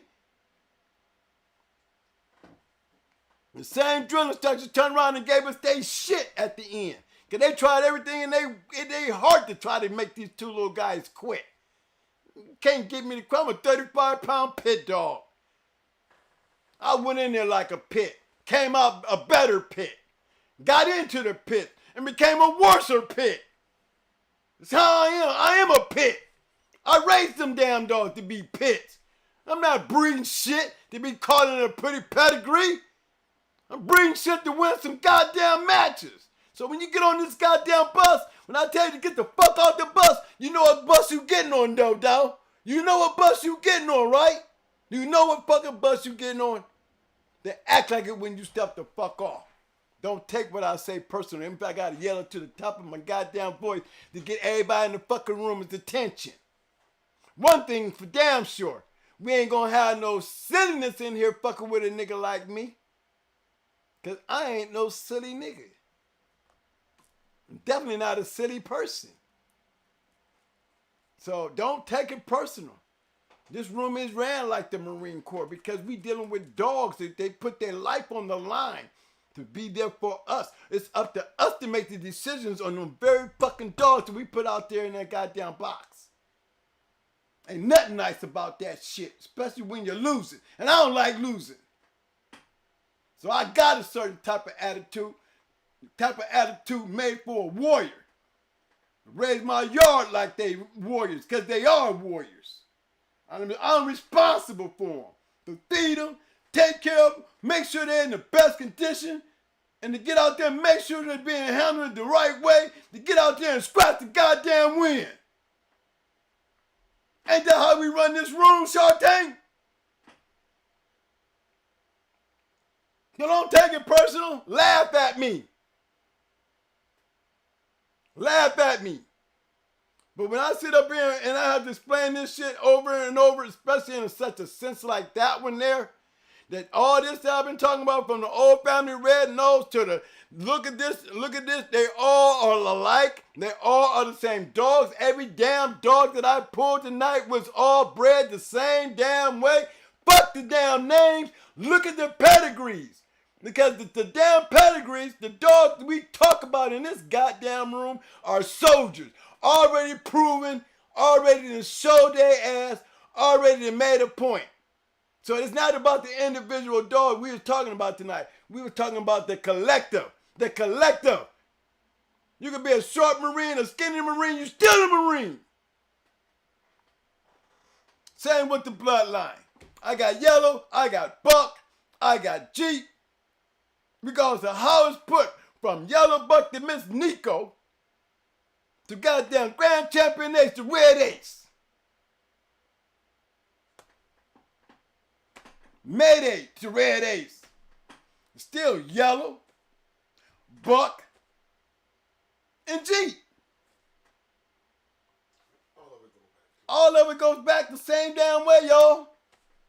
Mayday got Eli in him. Mayday got Buck in him. Mayday got Yellow in him. Mayday got Jocko in him. Ain't them the main dogs I've been talking about tonight? Now, why would it take anybody to have to repeat the Mayday breeding when we sitting there watching them repeat these dogs over and over, and we ain't even using Mayday, still getting the same results? We ain't stuck on no one damn dog up in this here. I done showed you more than one dog.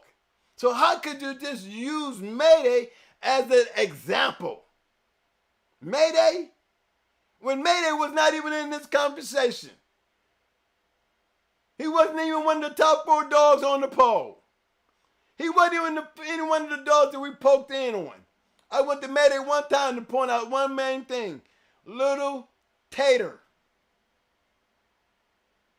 Indian Bolio.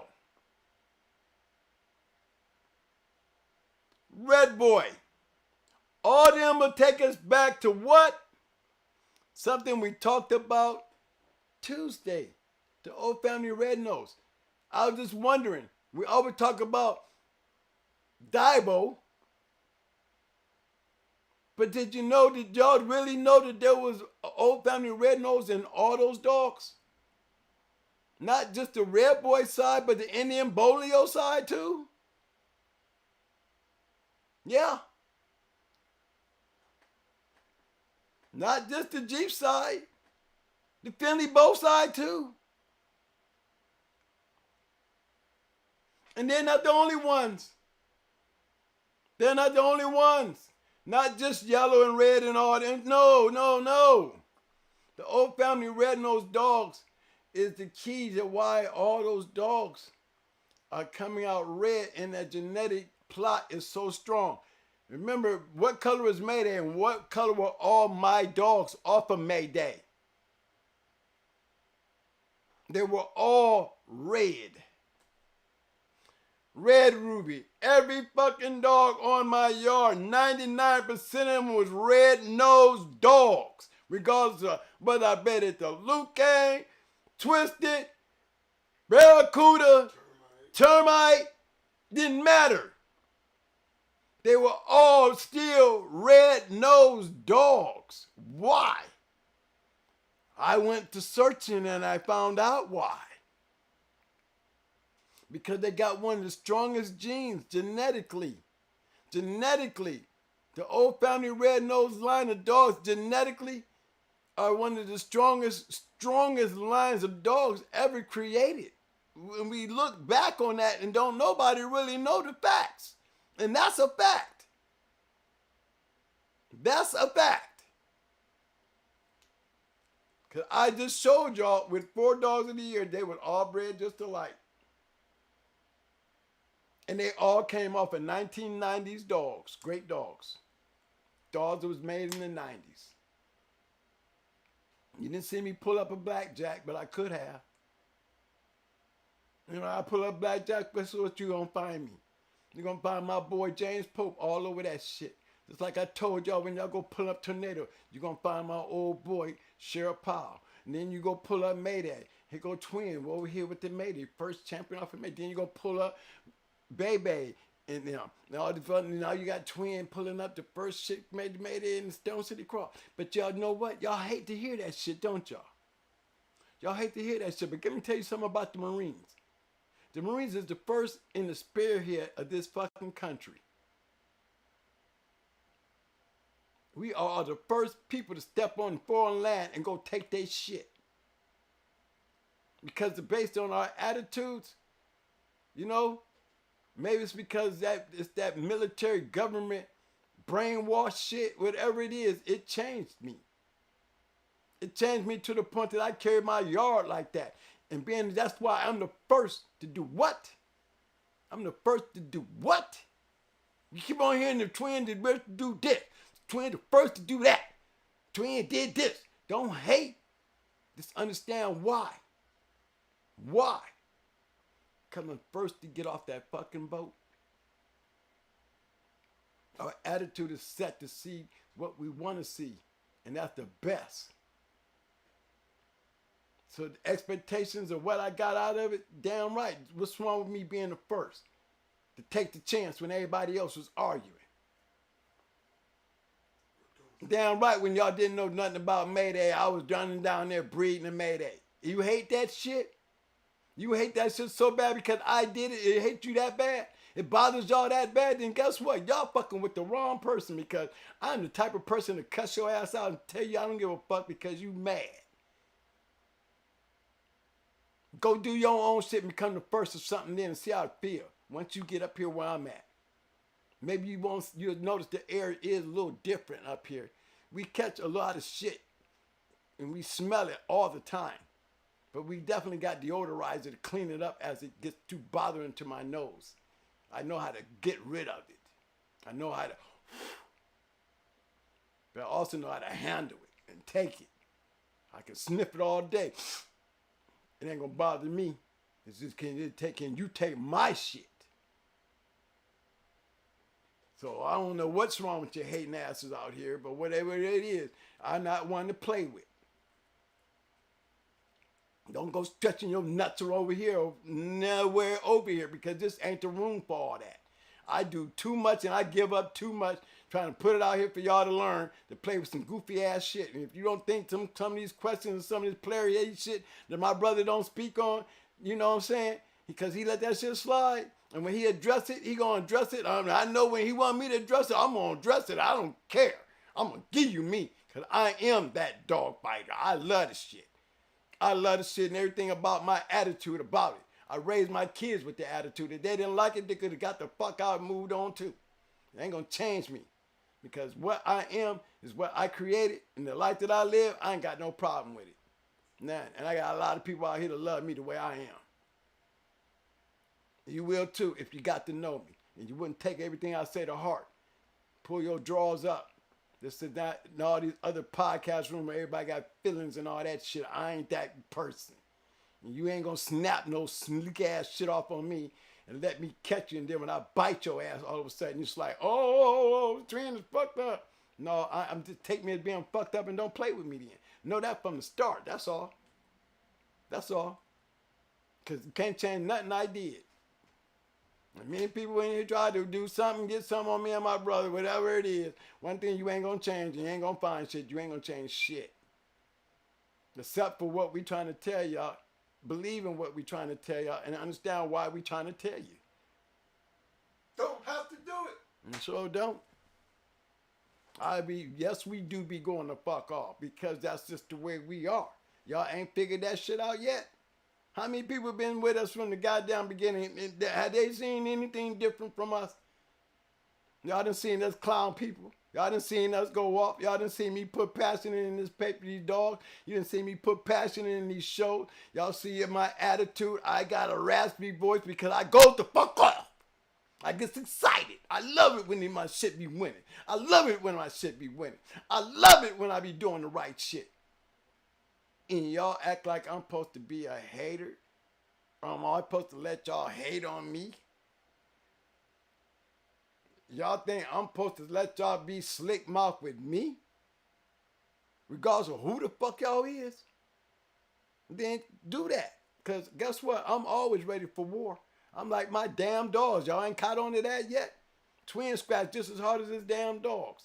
My dogs scratch hard as me. Because if they don't be on my yard. That's how that go. That's how that go.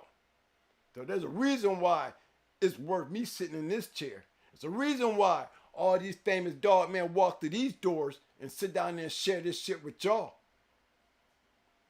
Look who they walking through the door with.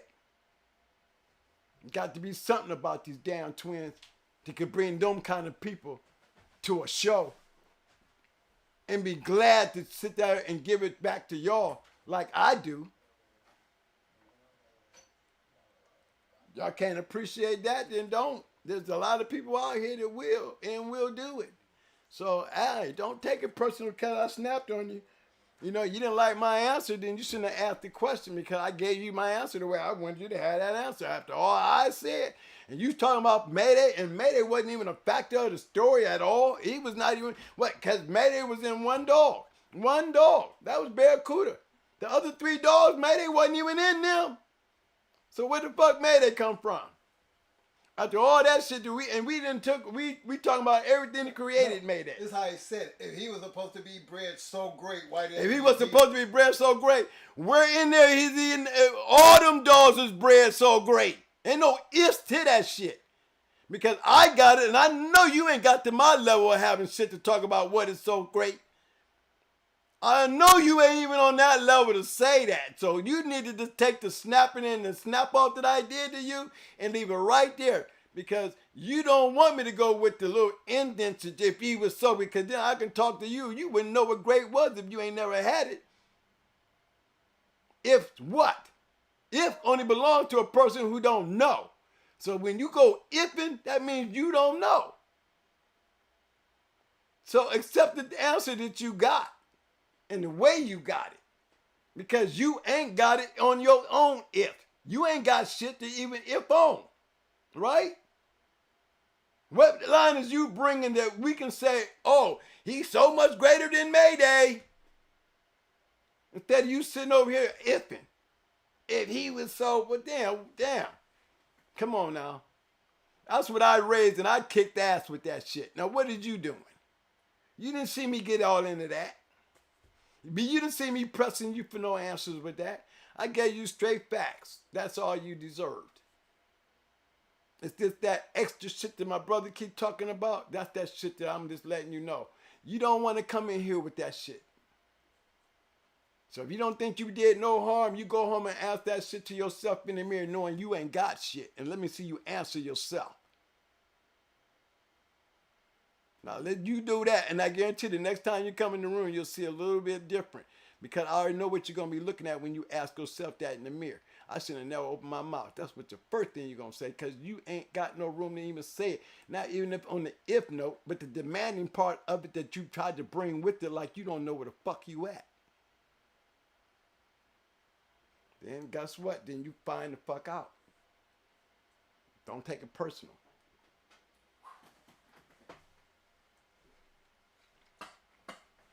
Well, I hope y'all enjoyed the show, because I did my shit. I'm done. Well, it's not about, it's not, you don't have to be in no book, bro. One thing for damn sure, I wasn't fighting these dogs to get in no goddamn book. No, and I know you ain't in no book, and believe me, I wasn't doing it to get in no book either, but because I was doing something right, I ended up in that damn book, okay?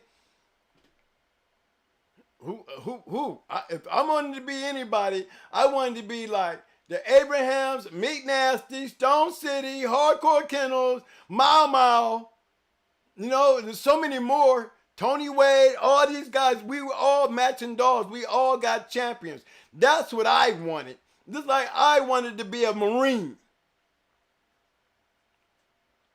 I took all the screaming, the hollering, and the bends and thrusting, and the trying to make me quit, just like my fucking dogs do. And I kept scratching. That's why I can say I'm a United States Marine. And I'll be that to the day I die. But now I can also say I fought goddamn pit bulls, and I got to the level not as good as my mentors, nowhere close. But guess what? I got the same smell of air that they do, because I got my champions. I got a line of dogs that got out there and did their shit, that they can leave my yard and still do it for everybody else. Just like all them other great motherfuckers. I just might not be big as them, but yes, sir, I did make the fucking book. And I can be in the book. In my line, I got a line. So yeah. If you ain't that, then stop trying to hate on that. If you want to be that, then get with that. How you going to learn when all you trying to do is cut it down? So what parts is getting through to make you better if you're trying to find a way to cut it down? See, that's why a lot of guys come in here and don't say shit. Don't hear a bunch of guys call in here. You don't see a bunch of guys commenting on our show like they do all everybody else's show. And then you want to know why? Because they don't need to, evidently. Evidently, they hear what they want to hear, and they ain't heard enough. They ain't got to comment on it. They don't really battle with that. That's just the way they treat this room. Why this room is any different than all the other rooms? Y'all get out in them other rooms and go, happy dory. People don't say shit in our room. They be all over the place running their mouth. When you come to our room, you listen. Guess why? Because that's what they come here to do, I guess. You know? I'm not here to battle back and forth with nobody when you ain't got shit to battle with me with. Well, I got to battle with you and you ain't got shit I can battle back with. So you damn right I'm going to get offensive. You ain't got nothing to work with. You sitting here with a goddamn screwdriver and I'm sitting here with an AK and yet you want to sit there and act like you got a bazooka and ain't got nothing but a goddamn pencil. You supposed to get jagged up, bro. You know, especially if you ain't got no comeback for yourself.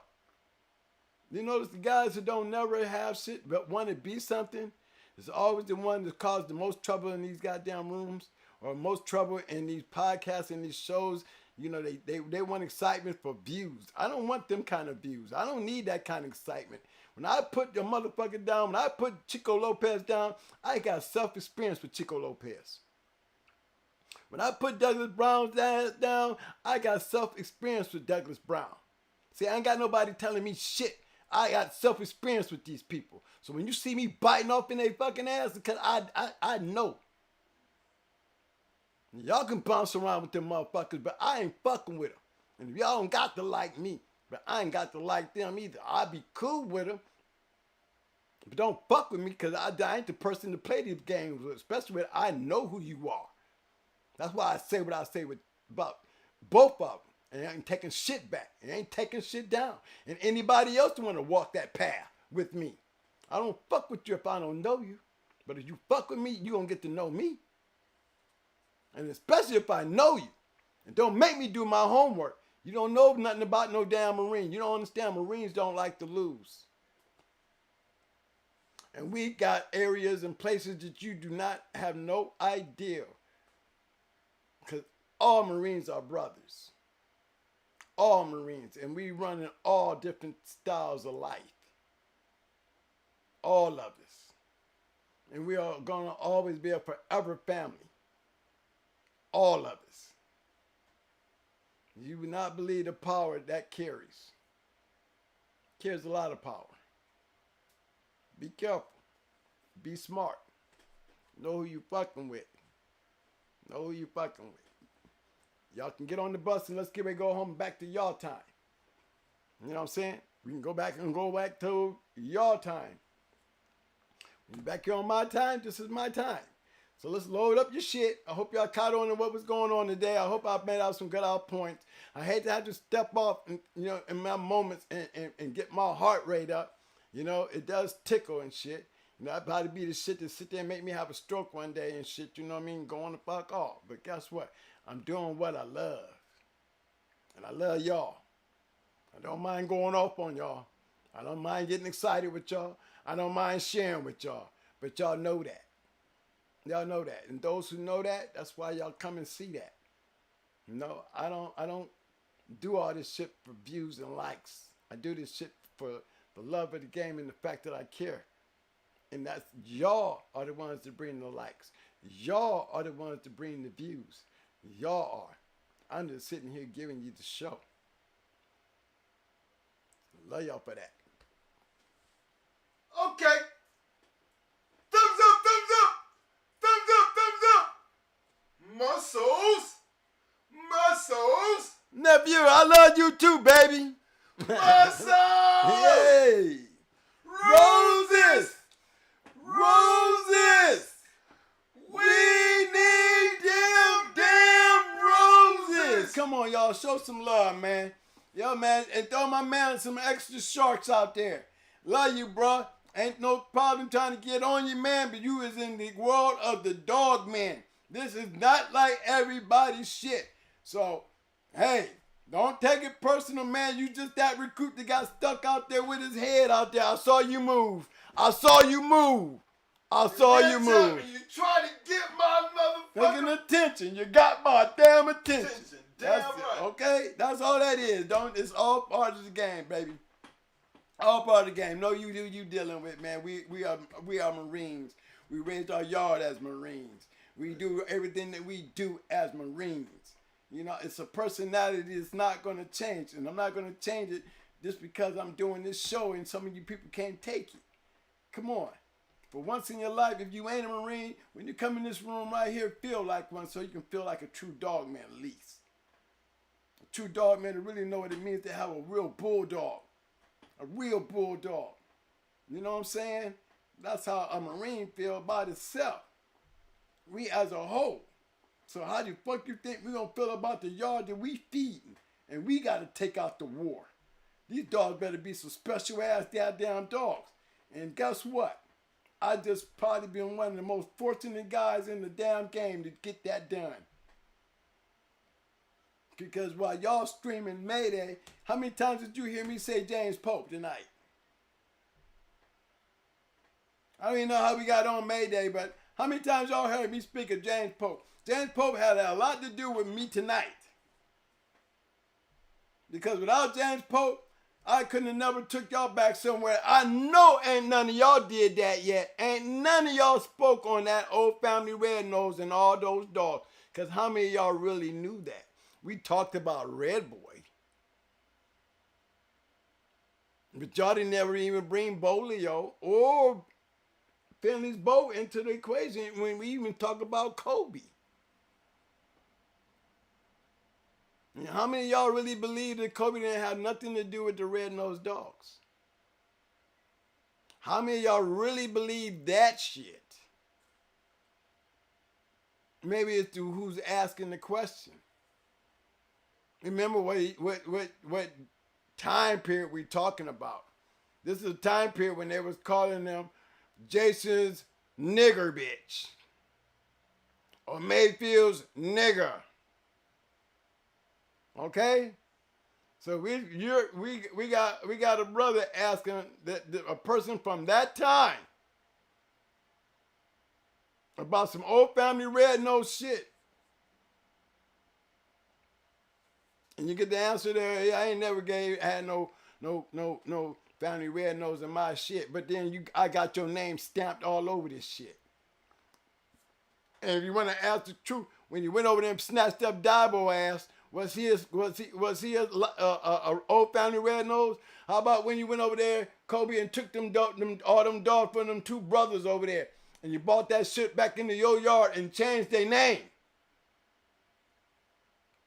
Changed all those dogs' names. Maybe they is the old family red nose dog. Maybe it's the brothers that even had the old family red nose dog. Just because Dabo did come from a brother. And we know Kobe went over there and took them other brothers' dogs and wanted to deny whatever that family red-nosed shit. They probably was a bunch of family red-nosed dogs. We'll never know. But why would you sit back and tell a brother now that, hey, I ain't never had no old family red-nosed dog with a Kobe name on it. I went back and got old paperwork on that last show. Why do you think I got that paperwork from that last show? Just to bring that shit into today. Because in my search of shit, I found all this shit to be common. Or the whole bunch of old family red-nosed and all these damn dogs. Why we always talking about Dabo? Stand up and be heard. That's all I'm saying, fellas. That's all. I'm trying to teach you something, making y'all aware of something. Hope everybody picked up on that and don't forget it, because you always got to rewind to hit play. Okay, I got a whole lot of shit saying over here, money. I see all my roses. I hope all y'all giving me some good plug, because I had to put my glasses on to see.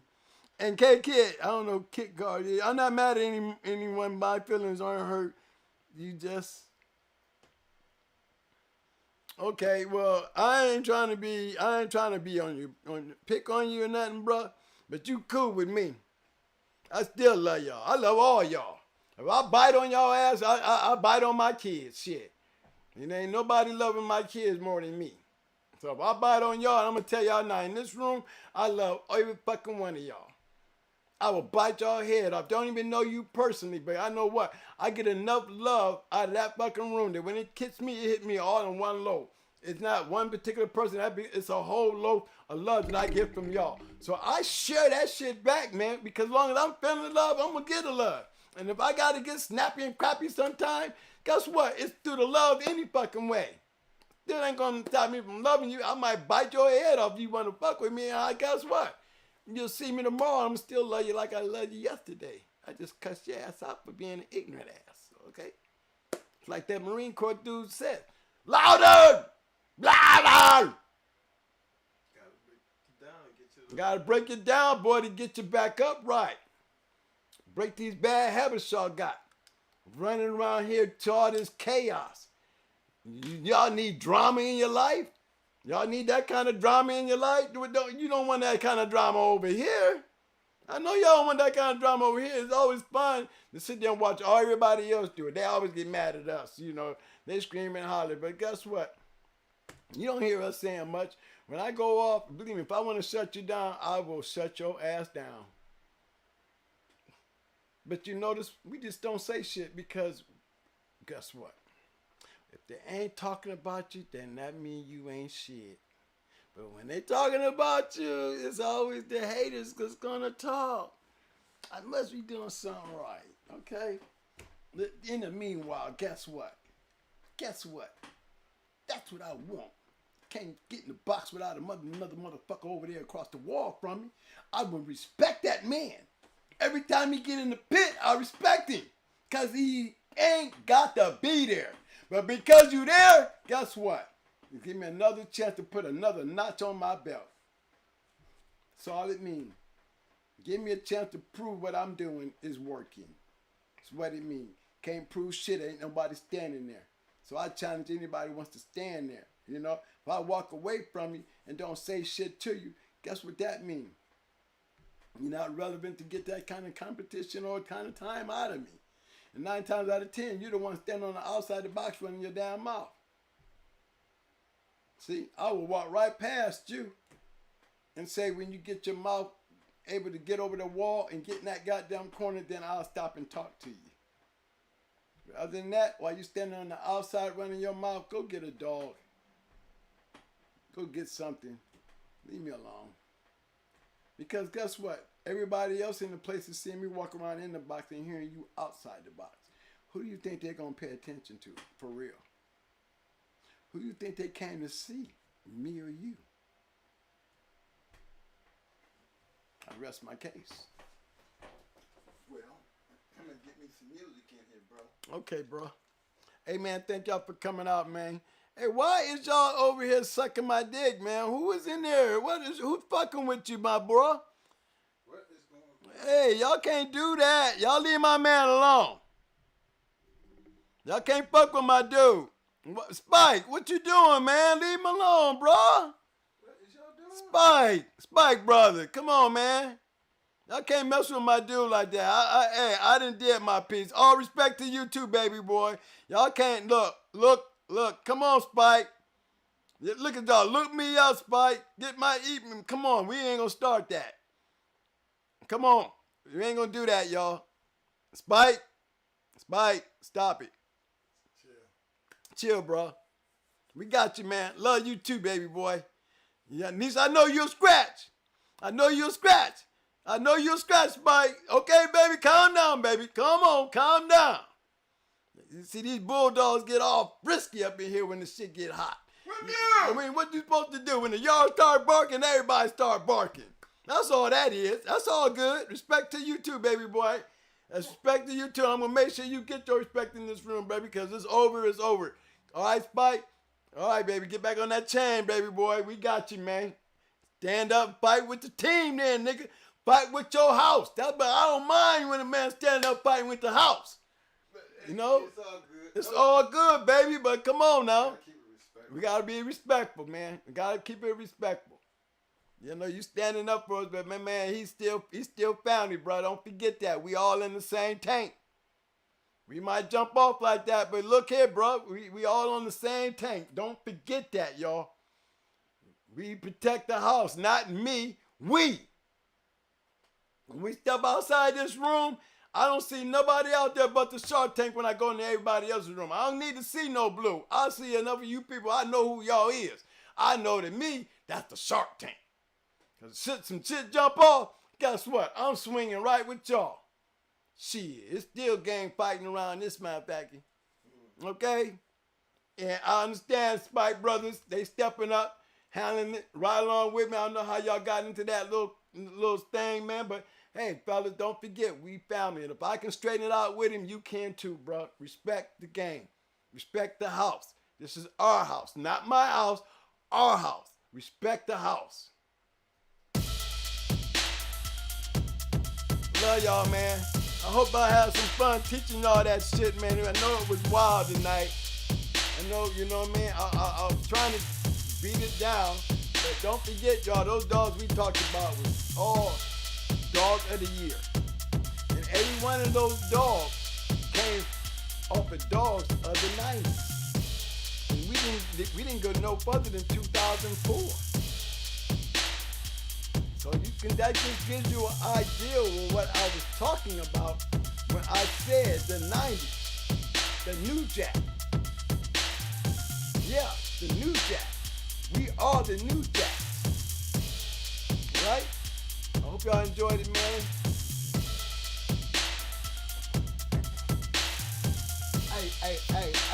Hey. Respect each other, you know, first and foremost. Right. And I think I just talked about this kind of shit when I first opened up the show. Much love and respect to everybody. To all my people on the back street, I want y'all to know I see y'all. We see y'all all the time, man. Hold on, man. Let me do this poll right quick before we leave so they can have it on the record. I love the back street. You the real doggers out there. Y'all know what's up, baby. Y'all know what's up, baby. Sweet. I see y'all. You know what's up. Yeah, thank you. Thank y'all for coming out. We had 187 votes so far, Mo. 187 votes? Yeah. The question was, the following very simple tiers below all were dogs of the year. Which one would you love to have on your yard? We had Grand Champion Macho Buck at 20%. We had Grand Champion Destroyer at 13%. We had Grand Champion Awesome Beast at 21%. And we have Grand Champion Barracuda coming in with a smashing 45%. 45%. Okay, I like that one. Okay, I mean, I agree with y'all with the Barracuda. I'm gonna tell you now, based on the matches, y'all. On the matches, I'm gonna just tell y'all, found Dog of the Year. On the matches, and we'll do it next show. I'm gonna see if I can find I know Barracuda, y'all got Barracuda already, but you know, Destroyer and Awesome Beast, they match better dogs than Macho Buck. Let you know. Macho Buck, not compared to them dogs. Not when it comes to them dogs. You know, that's like kind of compare Macho Buck to Barracuda. You know why? Because we know what kind of dogs the Barracuda went into. Y'all just don't know what kind of dogs Macho Buck went into. Not saying that Macho Buck didn't have some good matches, but compared to the matches that, you know, Destroyer had and what was the other one? Destroyer and Awesome Beast, yeah, them were top ranked Kennels fellas, and they didn't fuck around, you know. As a whole, all three of them now. When I'm talking about evolution, that's like damn near talking like those are the teachers to Chico Lopez. So, you know, when I say shit about evolution being like, I don't know, because he paid his way to get that in. Because he was nowhere close better than Dolomite. True Colors. And True Colors had 2 dogs on the register on the Dog of the Year on that list. But the weakest dog on there was actually the dog that got Dog of the Year in 2004. Macho Buck was not all that. And you know, you hear it come from a person who can stand up tall and say that. You know what I'm bring receipt and bring receipts to history. We Right. can't change the history. Politics. Politics have a lot to do with that. A whole lot. Politics have a lot to do with that. So, you know, if anybody should have been at the bottom of that list, it should have been Macho Man. Destroyer and also Beast was way better dogs than Macho Man. He was not tested like those other grandparents. Let you know. Yes, sir. All right, fellas, you know, appreciate everybody showing up tonight, hanging out with us. Again, it's all about a learning process. You know, we just share information because, again, we try to make sure that we give y'all a better understanding and give you a reason to go out and find these things out for yourself. Don't just take it because we're saying it. You know, Mo goes through a lot of work when he be doing his little research, and he already have it because he's already done it before. But it's just some things that he go out his way and do because he's trying to prove a point. He didn't make this up. He just showing you something that's already out there. Right, that sure is. That's it. There's nothing to like or dislike about it. The fact is, who willing to put in the work to go see for yourself? Don't go just going off what we showing you, because if you go out and do what he did, you're gonna see the same thing he was showing you. It ain't gonna change. It is what it is. So that's one thing I like to get out of the way, because again, this don't have nothing to do with us. All we trying to do is show you something that maybe you didn't know, to help you out and better yourself as a dog. You know, and along the way, you learn something. Because there's a lot of guys out there who don't know what we know, wasn't around there in our time. Our audience consists of a lot of fresh dog man. My man is student for life dog training. For people like him to come in and show his love and let me know up front. He got his pen and paper and he be just waiting. And guarantee he gonna take that information and he gonna go and he gonna look at this video maybe 3-4 times and cross-reference the shit and then go back and grab his own damn papers if he got any kind of damn dog. I guarantee you he gonna be trying to copy everything that he's seen tonight and what he's been seeing. And that's the key. To make yourself more knowledgeable, to have and be the best that you can be doing what you're doing. Not half-ass. Not no half-ass bullshit. I'm talking about putting the information out there that you can use and be like, well, damn, if he did it and they did it, well, shit, I'm that close to doing it. I'm gonna try the shit. Shit, I've been doing this shit all this damn time and ain't producing shit. Well, I'm gonna try the shit this way then. Why not? Again, we don't tell you what to do or how to do it with your dog. But we're gonna help you if you're trying to do it better. Shout out to the basement. Y'all still holding it down, baby. Yeah. We see y'all. See y'all. Yeah, fam. But then outside of that, fellas, you know what I'm saying? You know we're gonna be back here Tuesday for Talk Shit Tuesday. But you know it's the weekend. When everybody enjoy your weekend, stay safe. Keep them cameras on. Don't forget about tuning up them yards. Hey, y'all already know. Ticker run across the bottom right there. Got the Cash App information. Big shout out to all my people who donated to the super chat. Appreciate the love. Y'all already know we got the merchandise over there going hard. KennelsReloaded.com for any merchandise you're looking for. Again, to my man Dickie Foster, my man Dickie Morris. I know we've been dealing with a lot of shit lately, but guess what? We got your stuff We coming, got your baby. stuff coming now. So Holly, I got the address, so I got you. yeah. So we're gonna be taking care of that kind of shit.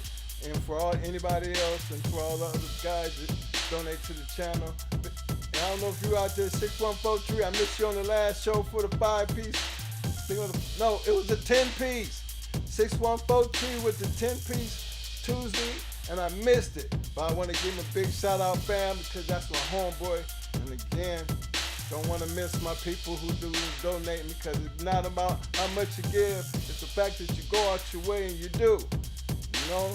And that was gonna always be appreciated. I wouldn't give a damn if it was $1.99. I'm gonna show you the love. So big shout out to my homeboy 614 for the 10 page. Until then, y'all, we're gonna just rock this out. Cause I don't think there's nothing else we need to say about now, except for, you know, yes, fellas, you know what we do. You know what I mean? Try to make it clear. I mean, it ain't changed. You know what we do. It's, oh, you know. Put my shark shit on. Hold on, I gotta get my shit on there. Hold on. Shit on there. Y'all see, look, hold on. You got to see what we doing over here. Let them go. Let them go. Shit, you know. Let them go, baby. You know what we do, baby. Y'all know what we do. Hold on. Okay, y'all see what's up. You know, we tagging around. Just tagging around here, shit.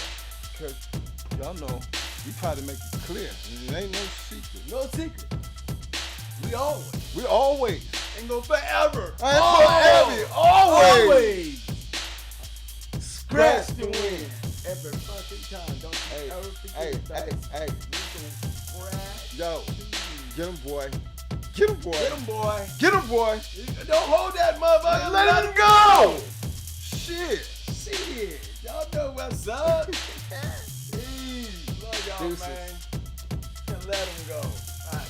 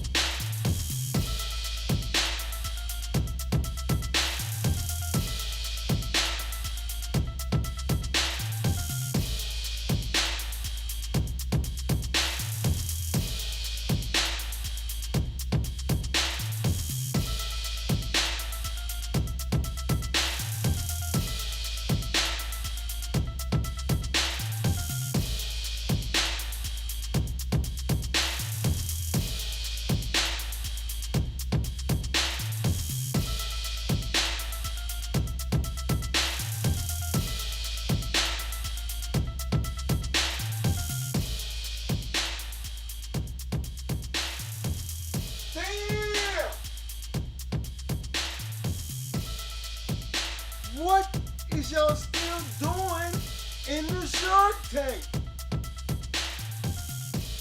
Y'all know what time it is. Parking lot lights flashing. Last call. Last call. Appreciate everybody for showing up tonight for that Hot Mic Friday.